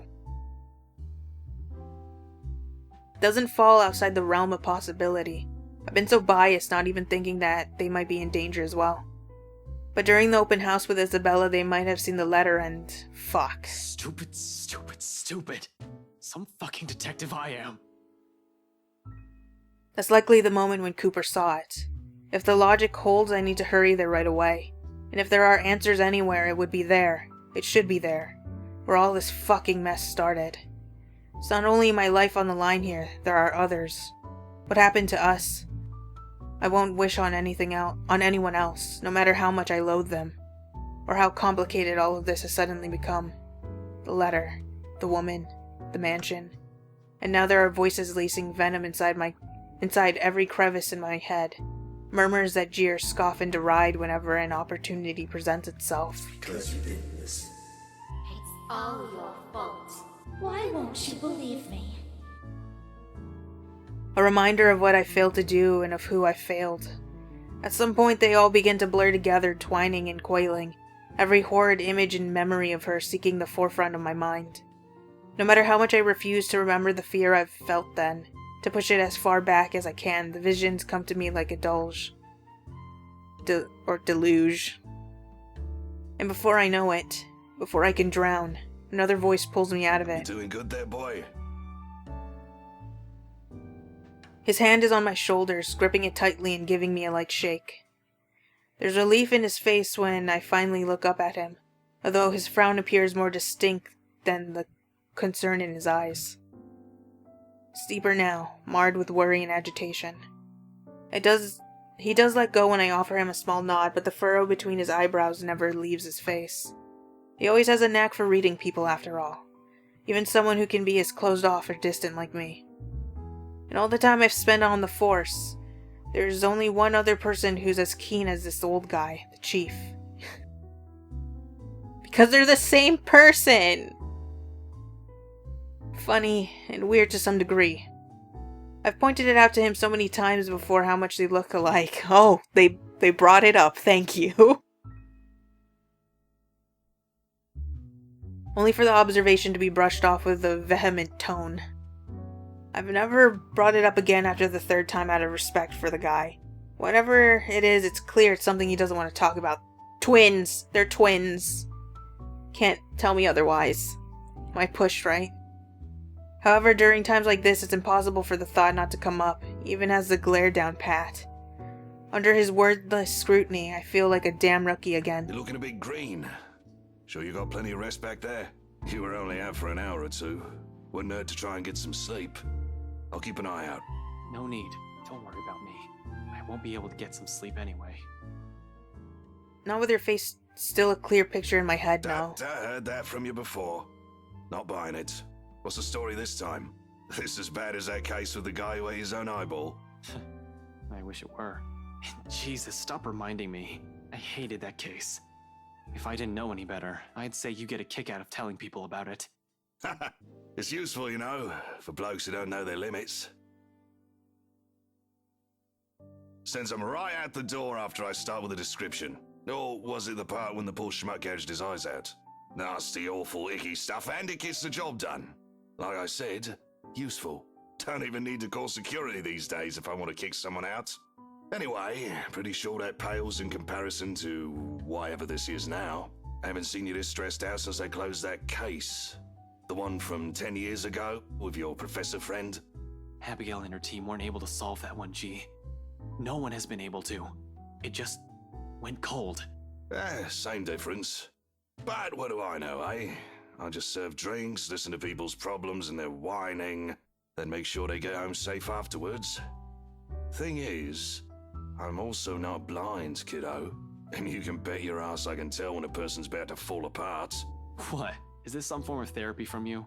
Are you going to offer me free drinks now? Really, I can use some right now. Something to numb the senses.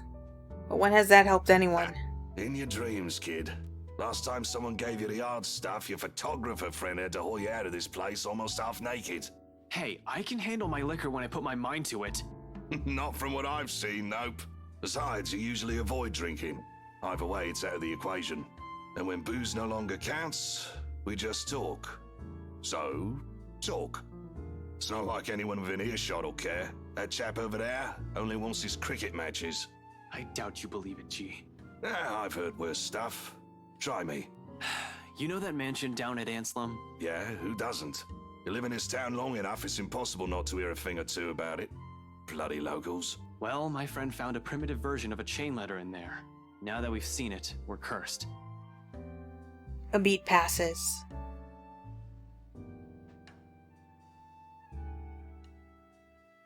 For a long moment, G stands there unmoving. His hand stops short of placing the glass he's been wiping prior back to a rack on his left. All while he stares at me with eyes that are nothing short of scrutinizing. Probably assumes it's a joke. Who wouldn't? Not a week ago, I've been put in the same position. Even now, in spite of the things I've seen and heard, it simply won't sink in. Or maybe this is just desperation creeping in. The idea that I may not be able to find a way out of this. Whatever the case is, for people who haven't experienced what I'm going through, this merely sounds like an awful Halloween prank. It's not a prank. This must have been what Isabella felt the whole time we made fun of her that day. This isn't a prank. I saw something. Now it's too late. We're stuck in a never-ending nightmare where the only way out might be death. And like I've expected, G's reaction to it, an amused laugh. It booms throughout the whole pub after a long bout of silence, like I've just told him a particularly funny joke. Okay. Good one, kid. You don't want to spill. No one's forcing you. Seriously, though. Good one. Although I want to be angry with him, I can't find it in myself, can't even muster the energy for a scowl or a glare. Nothing but a taste of my own medicine to temper the annoyance bubbling up in me, I suppose. In the end, echoing her words is the best I can do. It's not a joke. Yeah, alright, good luck with that. You're on your own. Maybe instead of saying the ghost thing, you can mention anything else. Like, maybe you could be all like, oh, the Anselm killer butcher could be related to the mansion somehow, you know? So what information do you have about that? Come on, G. I know you got info. You're my guy. You're my info guy. And I need something, please. Here, I thought you didn't have an ounce of humor in that body. Guess I'm wrong. He shakes his head, lets out another chuckle before returning to his task. By now, almost half of the glasses have been put away.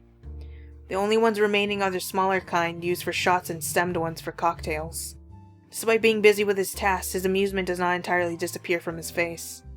He keeps talking as if I'm simply another customer he entertains with his stories. But we both know it's more than that, if the wistful expression on him says anything. Man, can't believe you're the same rookie who walked in here almost a decade ago. Too smart for his own good, that boy.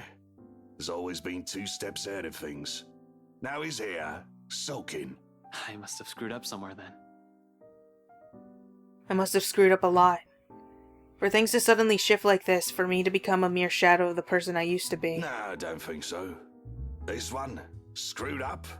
Not by a mile. It's too early to say. You've still got several years ahead of you, Holmes. Take it easy. But some things change, eh? It has been years, and you were a kid back then. You know, the sort that's a bit unsure, making all the horrible decisions in life he'd eventually be embarrassed to talk about. You never stopped calling me kid, though. Well, you still are.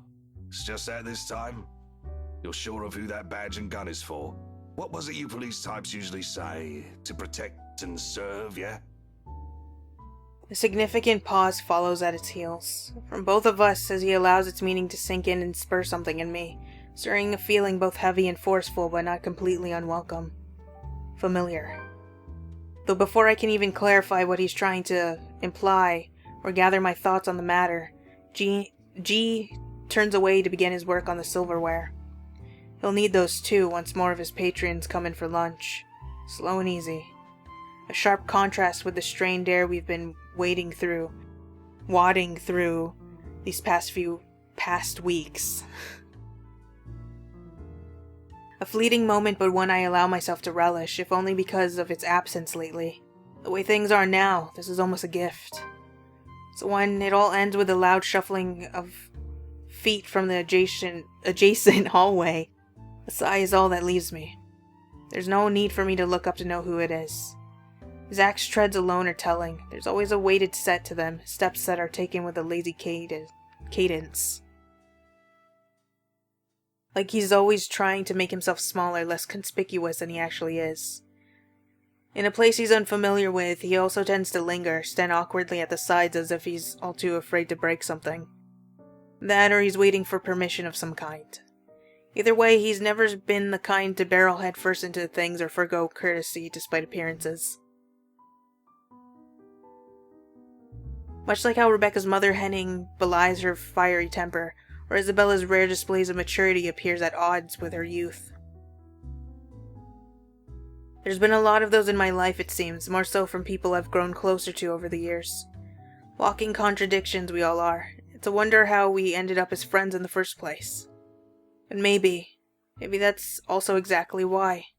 To some extent, there's still an understanding in there, and knowing that no matter how long you've been together, or how familiar you are with a person's habits, or how many lifetimes there might be for all of you, one can never fully know a person. Sometimes it works because they merely choose to stay. Sometimes it's as simple as someone extending a hand for an apology regardless of every hurt word said. Hey, Ash? I stop my glance at him, briefly, gauging the mood. Not because reconciliation's an issue for me. Between us it never will be. But somehow this is another thing I'm too afraid to see crumble in front of me. One wrong word, if this is going to end in another argument, it might as well stop as early as now. There's another long pause from him, during which he can't seem to figure out what to do with his hand.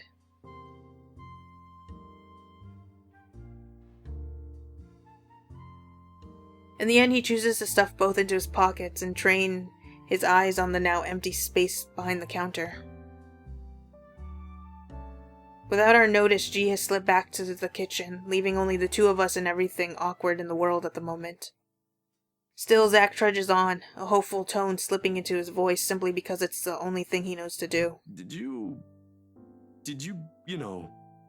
get any sleep? It's a start at least, a stiff one, but a start. The least I can offer in return is that rare honesty. For a few hours, yeah. Curt, brisk, not an ounce of friendliness in it. In spite of it, Zach takes it as a sign.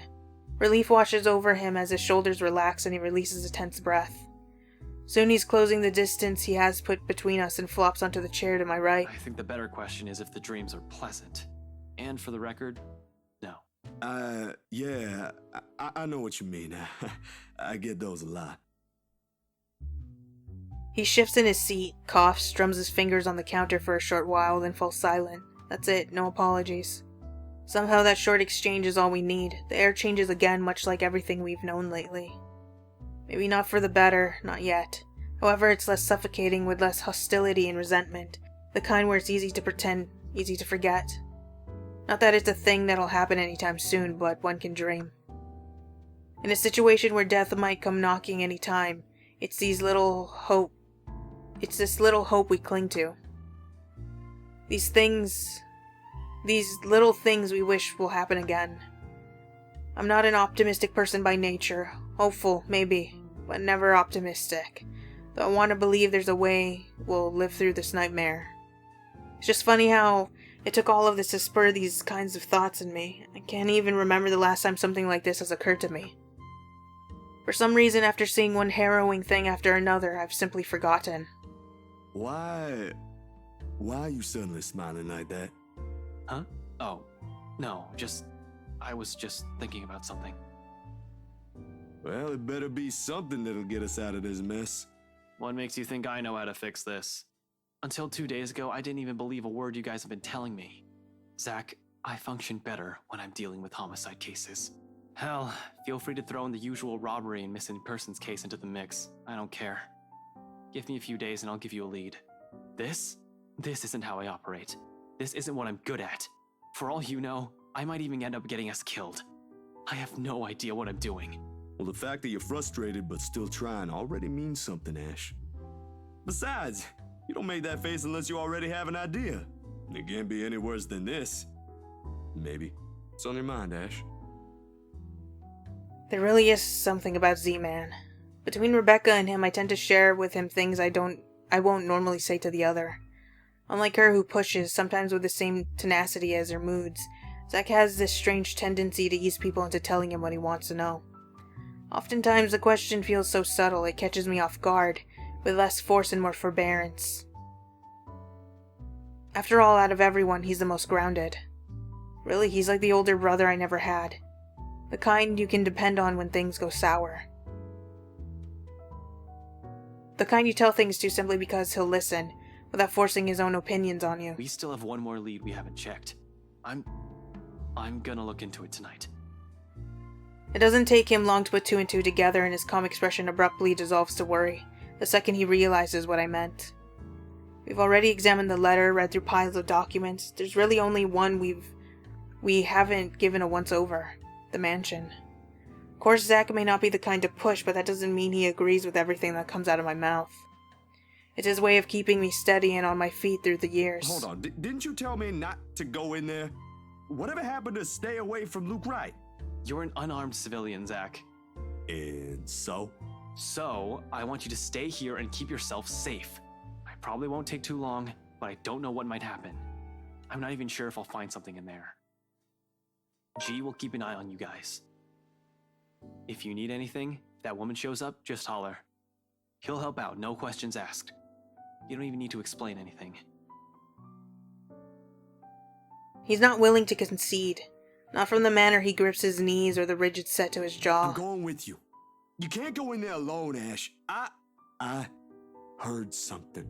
The morning I was there, I heard someone scream, and then there was a woman crying, and I don't know what's going on inside that mansion, but I am telling you, you shouldn't face whatever's inside alone. Before I can stop myself, a heavy breath escapes from my mouth. It's one of those times again where Zach means well, but he's completely missing the point I'm trying to make. When things take a turn for this, when he gets in a mood like this, he's almost as headstrong as Isabella. How and where do I even start?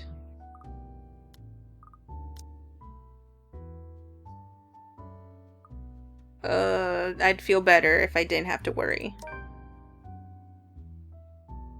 There are only 2 ways this will end. I agree with him and take him with me, or I agree with him and drop the idea altogether. Neither appeals more than the other, especially when we're all desperate for answers and a way out.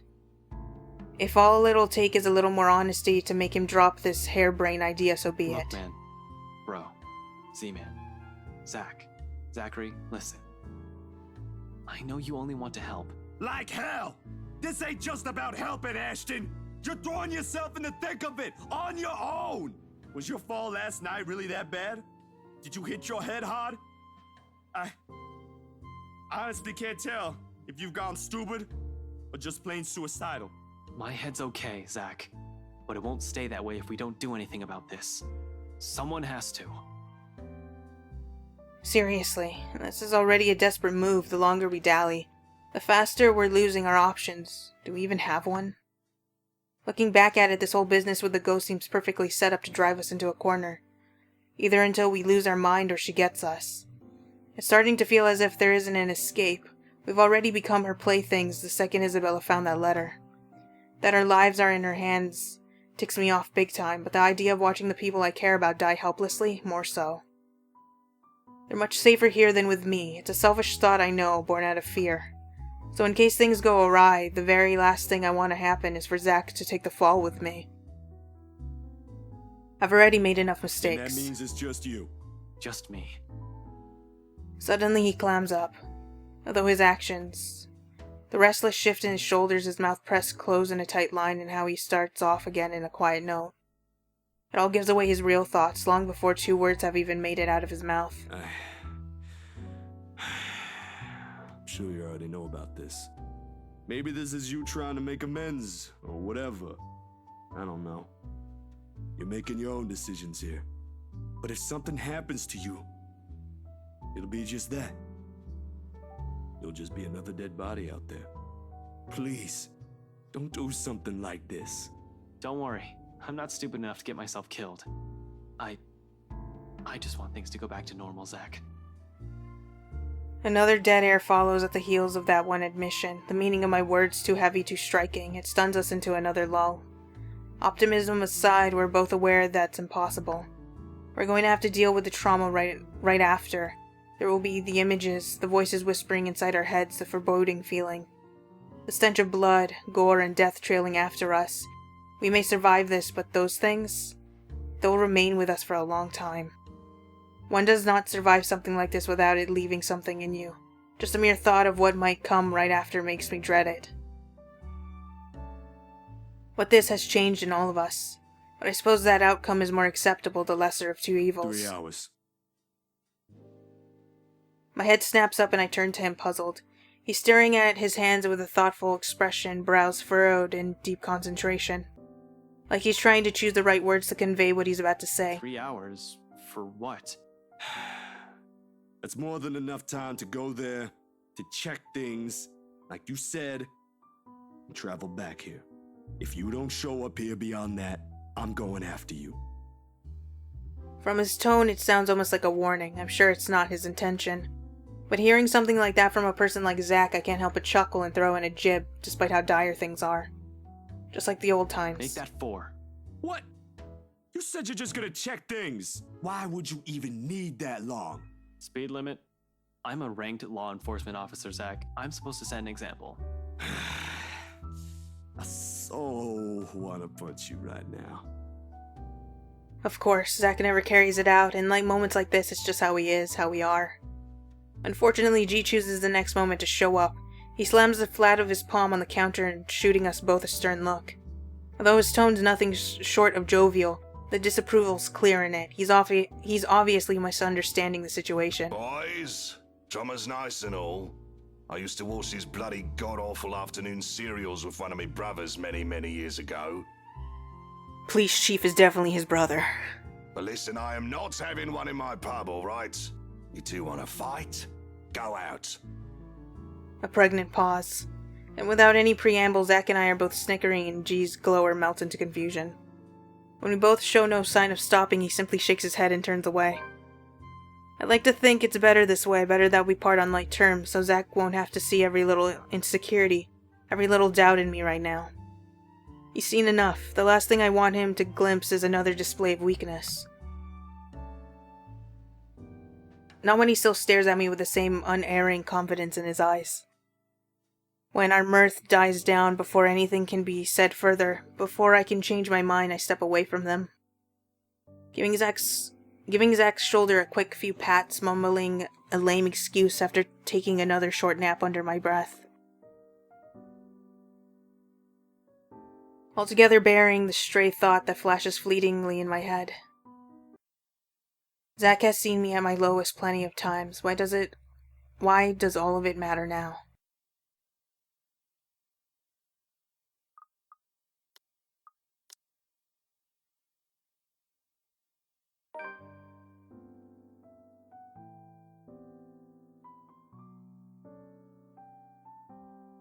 The sun hangs lower when I stumble back into consciousness and drag myself downstairs. All this time, the patrons usually start to trickle into the main lounge until it reaches a peak around midnight. Today, however, it remains thin. But considering what day it isn't too worrisome for the kind of business G runs. He has always complained about the lack of decent crowd on week start, although he doesn't really begrudge his customers for it. No one wants to start the week with a bad case of a hangover after all, even him. Which makes the concerned look he gives me come off as a bit too odd. But the kind of danger we're in, this swiftly puts me on edge, even before sleep completely fades from my mind. Something wrong, G? G hums, but there's an undertone of annoyance in it despite his casual and open movements.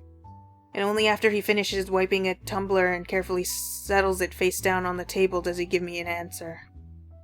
The way he stares back at me honestly makes me squirm. It feels like I'm being stared at by my primary school teacher for sleeping in class again. Nothing much. Monday's still a slow day for this place. But you might want to check on your friends, kid. Looks like one of them woke up on the wrong side of the bed while you were out. Another question forms in my head along with a small, confused frown. Though before a single syllable slips past my mouth, Rebecca's irate voice rings out from some part of the main lounge. Of course, it's her. From the sound of it appears woke up on the wrong side of the bed is a complete understatement. Alone? You know we can't just go in there. But we don't have any other choice, Becca. There's really no other way. We have to go there. If you'll just... Isabella, no. That doesn't sound too comforting. Once Rebecca assumes that kind of tone in an argument with Isabella, it usually ends with one of them walking out or both giving the other the silent treatment. It lasts for about a week at most if it's really bad, which really isn't what we need right now. I've hoped the bad blood from this morning will simply blow over after all of us has gotten a decent rest. I should have expected things won't be the same with them as it is with Zach and I. Turns out sleep isn't just what some of us need. Even G appears to understand it. In spite of his efforts to look as unconcerned as possible, there's a tense set on his shoulders.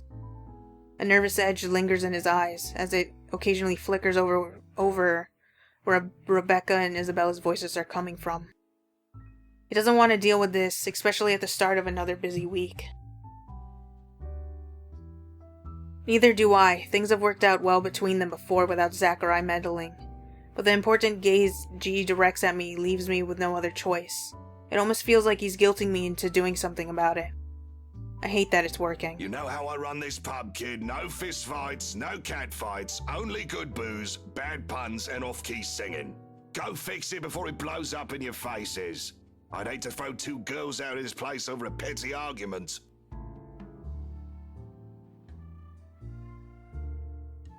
It's probably not as petty if Rebecca's already shouting like that, but I give him a nod nevertheless. Sorry about this, G.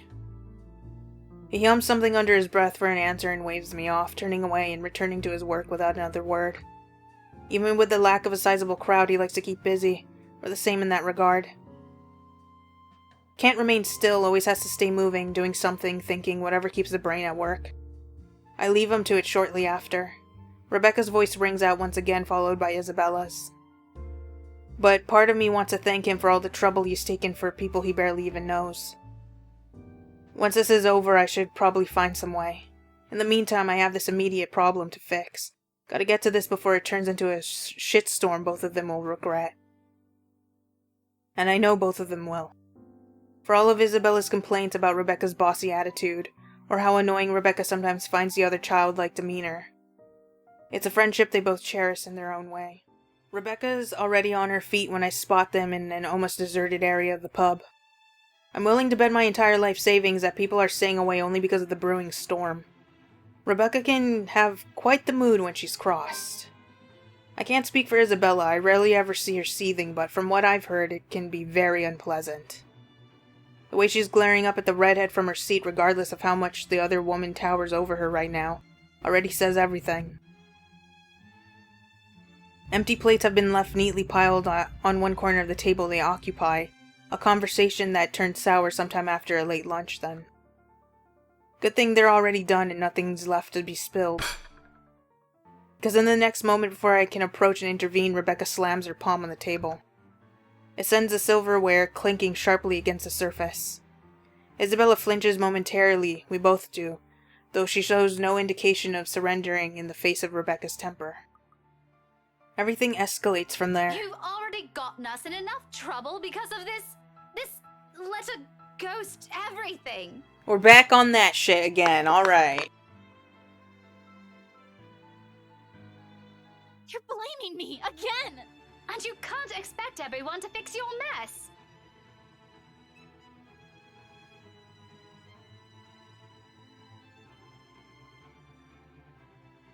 You keep on putting the blame on me, but you're the one who didn't listen. All of you! If you just listened in the first place, maybe this wouldn't have happened. But you're too busy acting like you know what's best for everyone, when in fact you're the one who's being selfish. I'm the one who's selfish. Yet you're still going to do what you want anyway, even if the people around you are already beside themselves with worry. This is how you've always acted since we met, and I'm tired of it.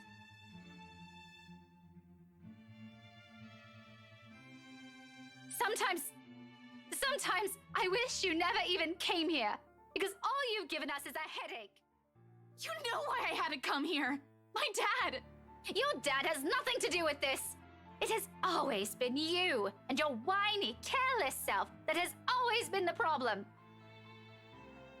Maybe I should have stepped in earlier. Maybe I should have said something the moment Rebecca has slammed the flat of her hand on the table. But the second I've entered the area, either way it's too late to act. Harsh words have already been hurled between the two. Words more cutting than any blade, each and every one of it digging a wound too deep in the person they've been aimed at. Isabella hasn't even been able to say anything quite scathing. Rebecca's said everything. Everything she's thought of, she's just letting it spill, but Isabella has nothing. Because she doesn't think about Rebecca in, like, negative terms. Aside for, man, I wish she'd stop bossing me around. She's not my fucking mom.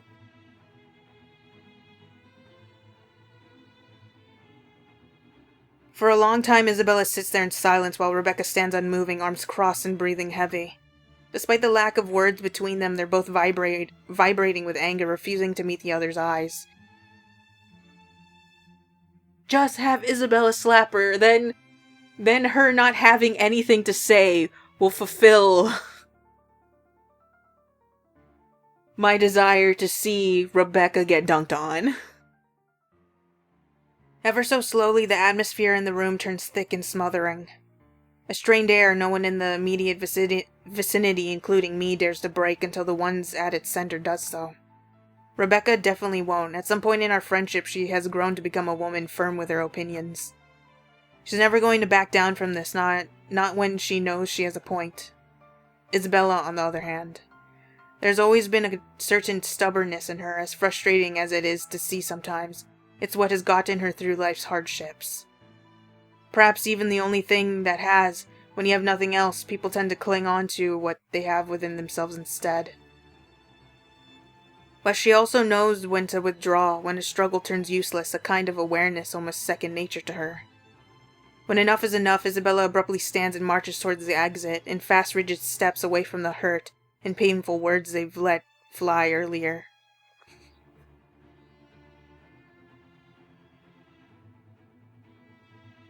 The only thing I can think of is, as she's leaving, she turns around, she's all like, "You'd never understand. 'Cause nobody loves you," and just books it. She bumps into me in her haste, the impact nearly knocking her off her feet.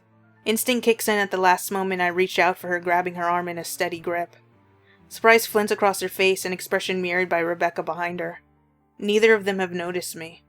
However, that doesn't mean I won't have things to say about this.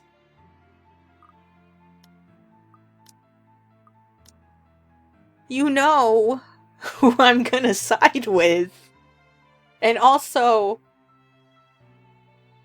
like, even if I didn't, this is... even if I thought it was stupid to what Isabella was doing, I'd still side with her because Rebecca's saying all this shit and it's not fair. Isabella ain't got nothing. She's too nice. You okay? Rather than answer once her shock subsides, she merely averts her gaze and hastily wipes the tears off her cheeks, like she only noticed them in that moment. Then, without another word or even meeting my eyes again, she gently brushes away my hand and runs off, leaving an awkward hush in her wake. Rebecca soon slumps on the chair Isabella has left, gingerly reaching up to press the bridge of her nose and breathing out a ragged exhale. Arguments like this have always drained both her patience and energy, usually more than her rowdy students do, despite being no stranger to it. It's no excuse for her to say those things, though, and my disapproval must be clear enough on my face. When she finally glances back at me, her exhaustion immediately shifts back to annoyance, her mouth curving down to a tight frown. I cross my arms in response, waiting, a reaction verging on instinctive in the face of her irritation. Regardless of my opinions about this, I don't say anything yet, not until she's the one willing to talk. Another minute passes while we stare each other down, but eventually she breathes out again, and relaxes her rigid posture. What do you want, Ash? If you have something to say, just tell me, or I'm going back upstairs. Did you really have to say it like that? Well, how do you want me to answer her? Do you want me to just let her go there and do what she wants? I know you won't be too happy if I did that. That's a low blow, Rebecca. Even for you. We all know she wasn't even planning on staying here this long. There was no need to bring it up if all you wanted to do was stop her. Did you even see how she's acting? She's not a child anymore. Even my students can do better. Becca, she'll listen if you'll just ask her properly. I know you mean well and you do have a point, but please be a little more thoughtful next time. Go think about it for a while. By some miracle, the whole discussion ends right there. Rebecca elects to stay silent, or at least it's how it seems when a minute or two passes and she says nothing. A rare occurrence when she almost always has something on her mind. Only an uneasy atmosphere hangs in the air when I finally decide to remove myself from the room. She doesn't stop me. Instead, something inexplicable flickers momentarily in her eyes, one that quickly disappears until only a vague notion of it remains in memory.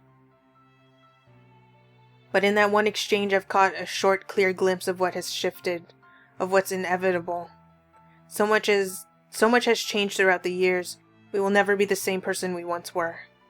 And if it's for the better, we've yet to know.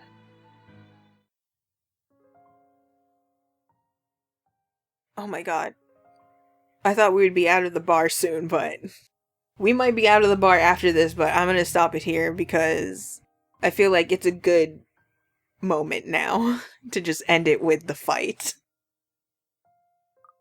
We're still not even halfway, so, you know, that's fun. 3%.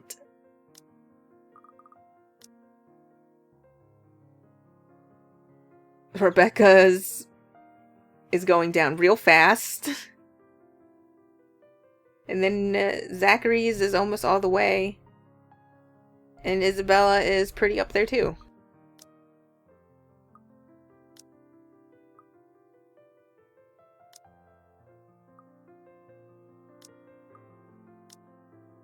I'm upset because I don't have that one little bit with Isabella and Zachary. Yeah, well, I said my piece. Now all I'm really focusing on is it's not fair that Isabella doesn't have anything to say. She has no ammunition, and Rebecca's out here saying all this super hurtful shit. Like, she can't even just be all like, Isabella, please. We have to think this through. We can't just barge into a place. We don't have that much authority. And, it'd be far too easy for the rich people to fuck us up because we're all fucking poor.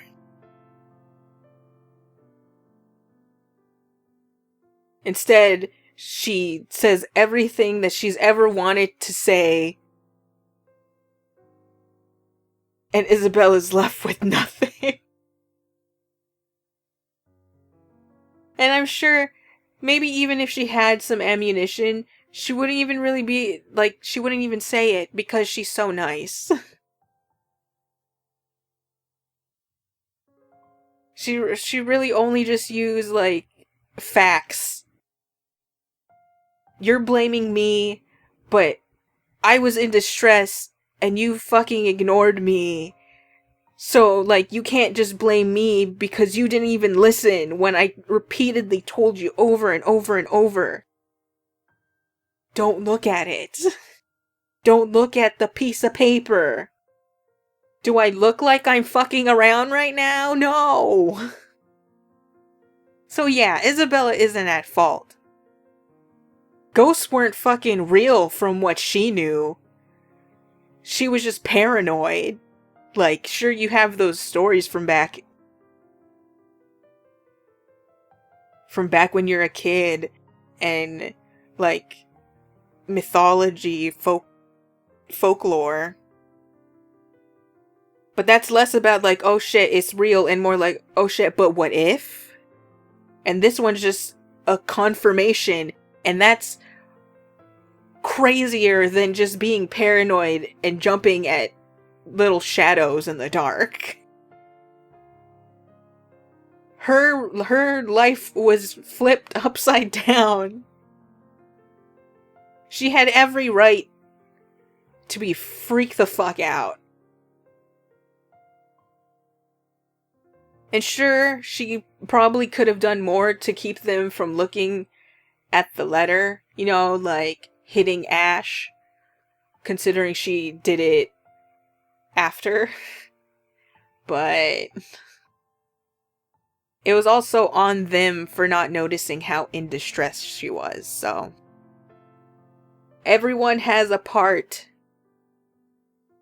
But would it be any better to not be a part of this and for her to have nothing? She would have no way to have proved that any of this was happening. And if she didn't die before, at some point, everything she's doing, because she has no one to back her up, she would die at some point during that. Because eventually she's gonna run into a block, and she's gonna have no way to, like, escape it, and she's just gonna die, and no one would know why. It would just be another freak, like a freak accident, or they're just gonna blame it on the Anslem Butcher or something, and then she's gonna be lost to time, and no one would know that the ghost was there because the others didn't get involved with it, and she was just by herself. So, like, what are you gonna do? You go with the lesser evil, and the lesser evil is literally everyone being able to fucking help each other. Because the other one is being alone and having nothing.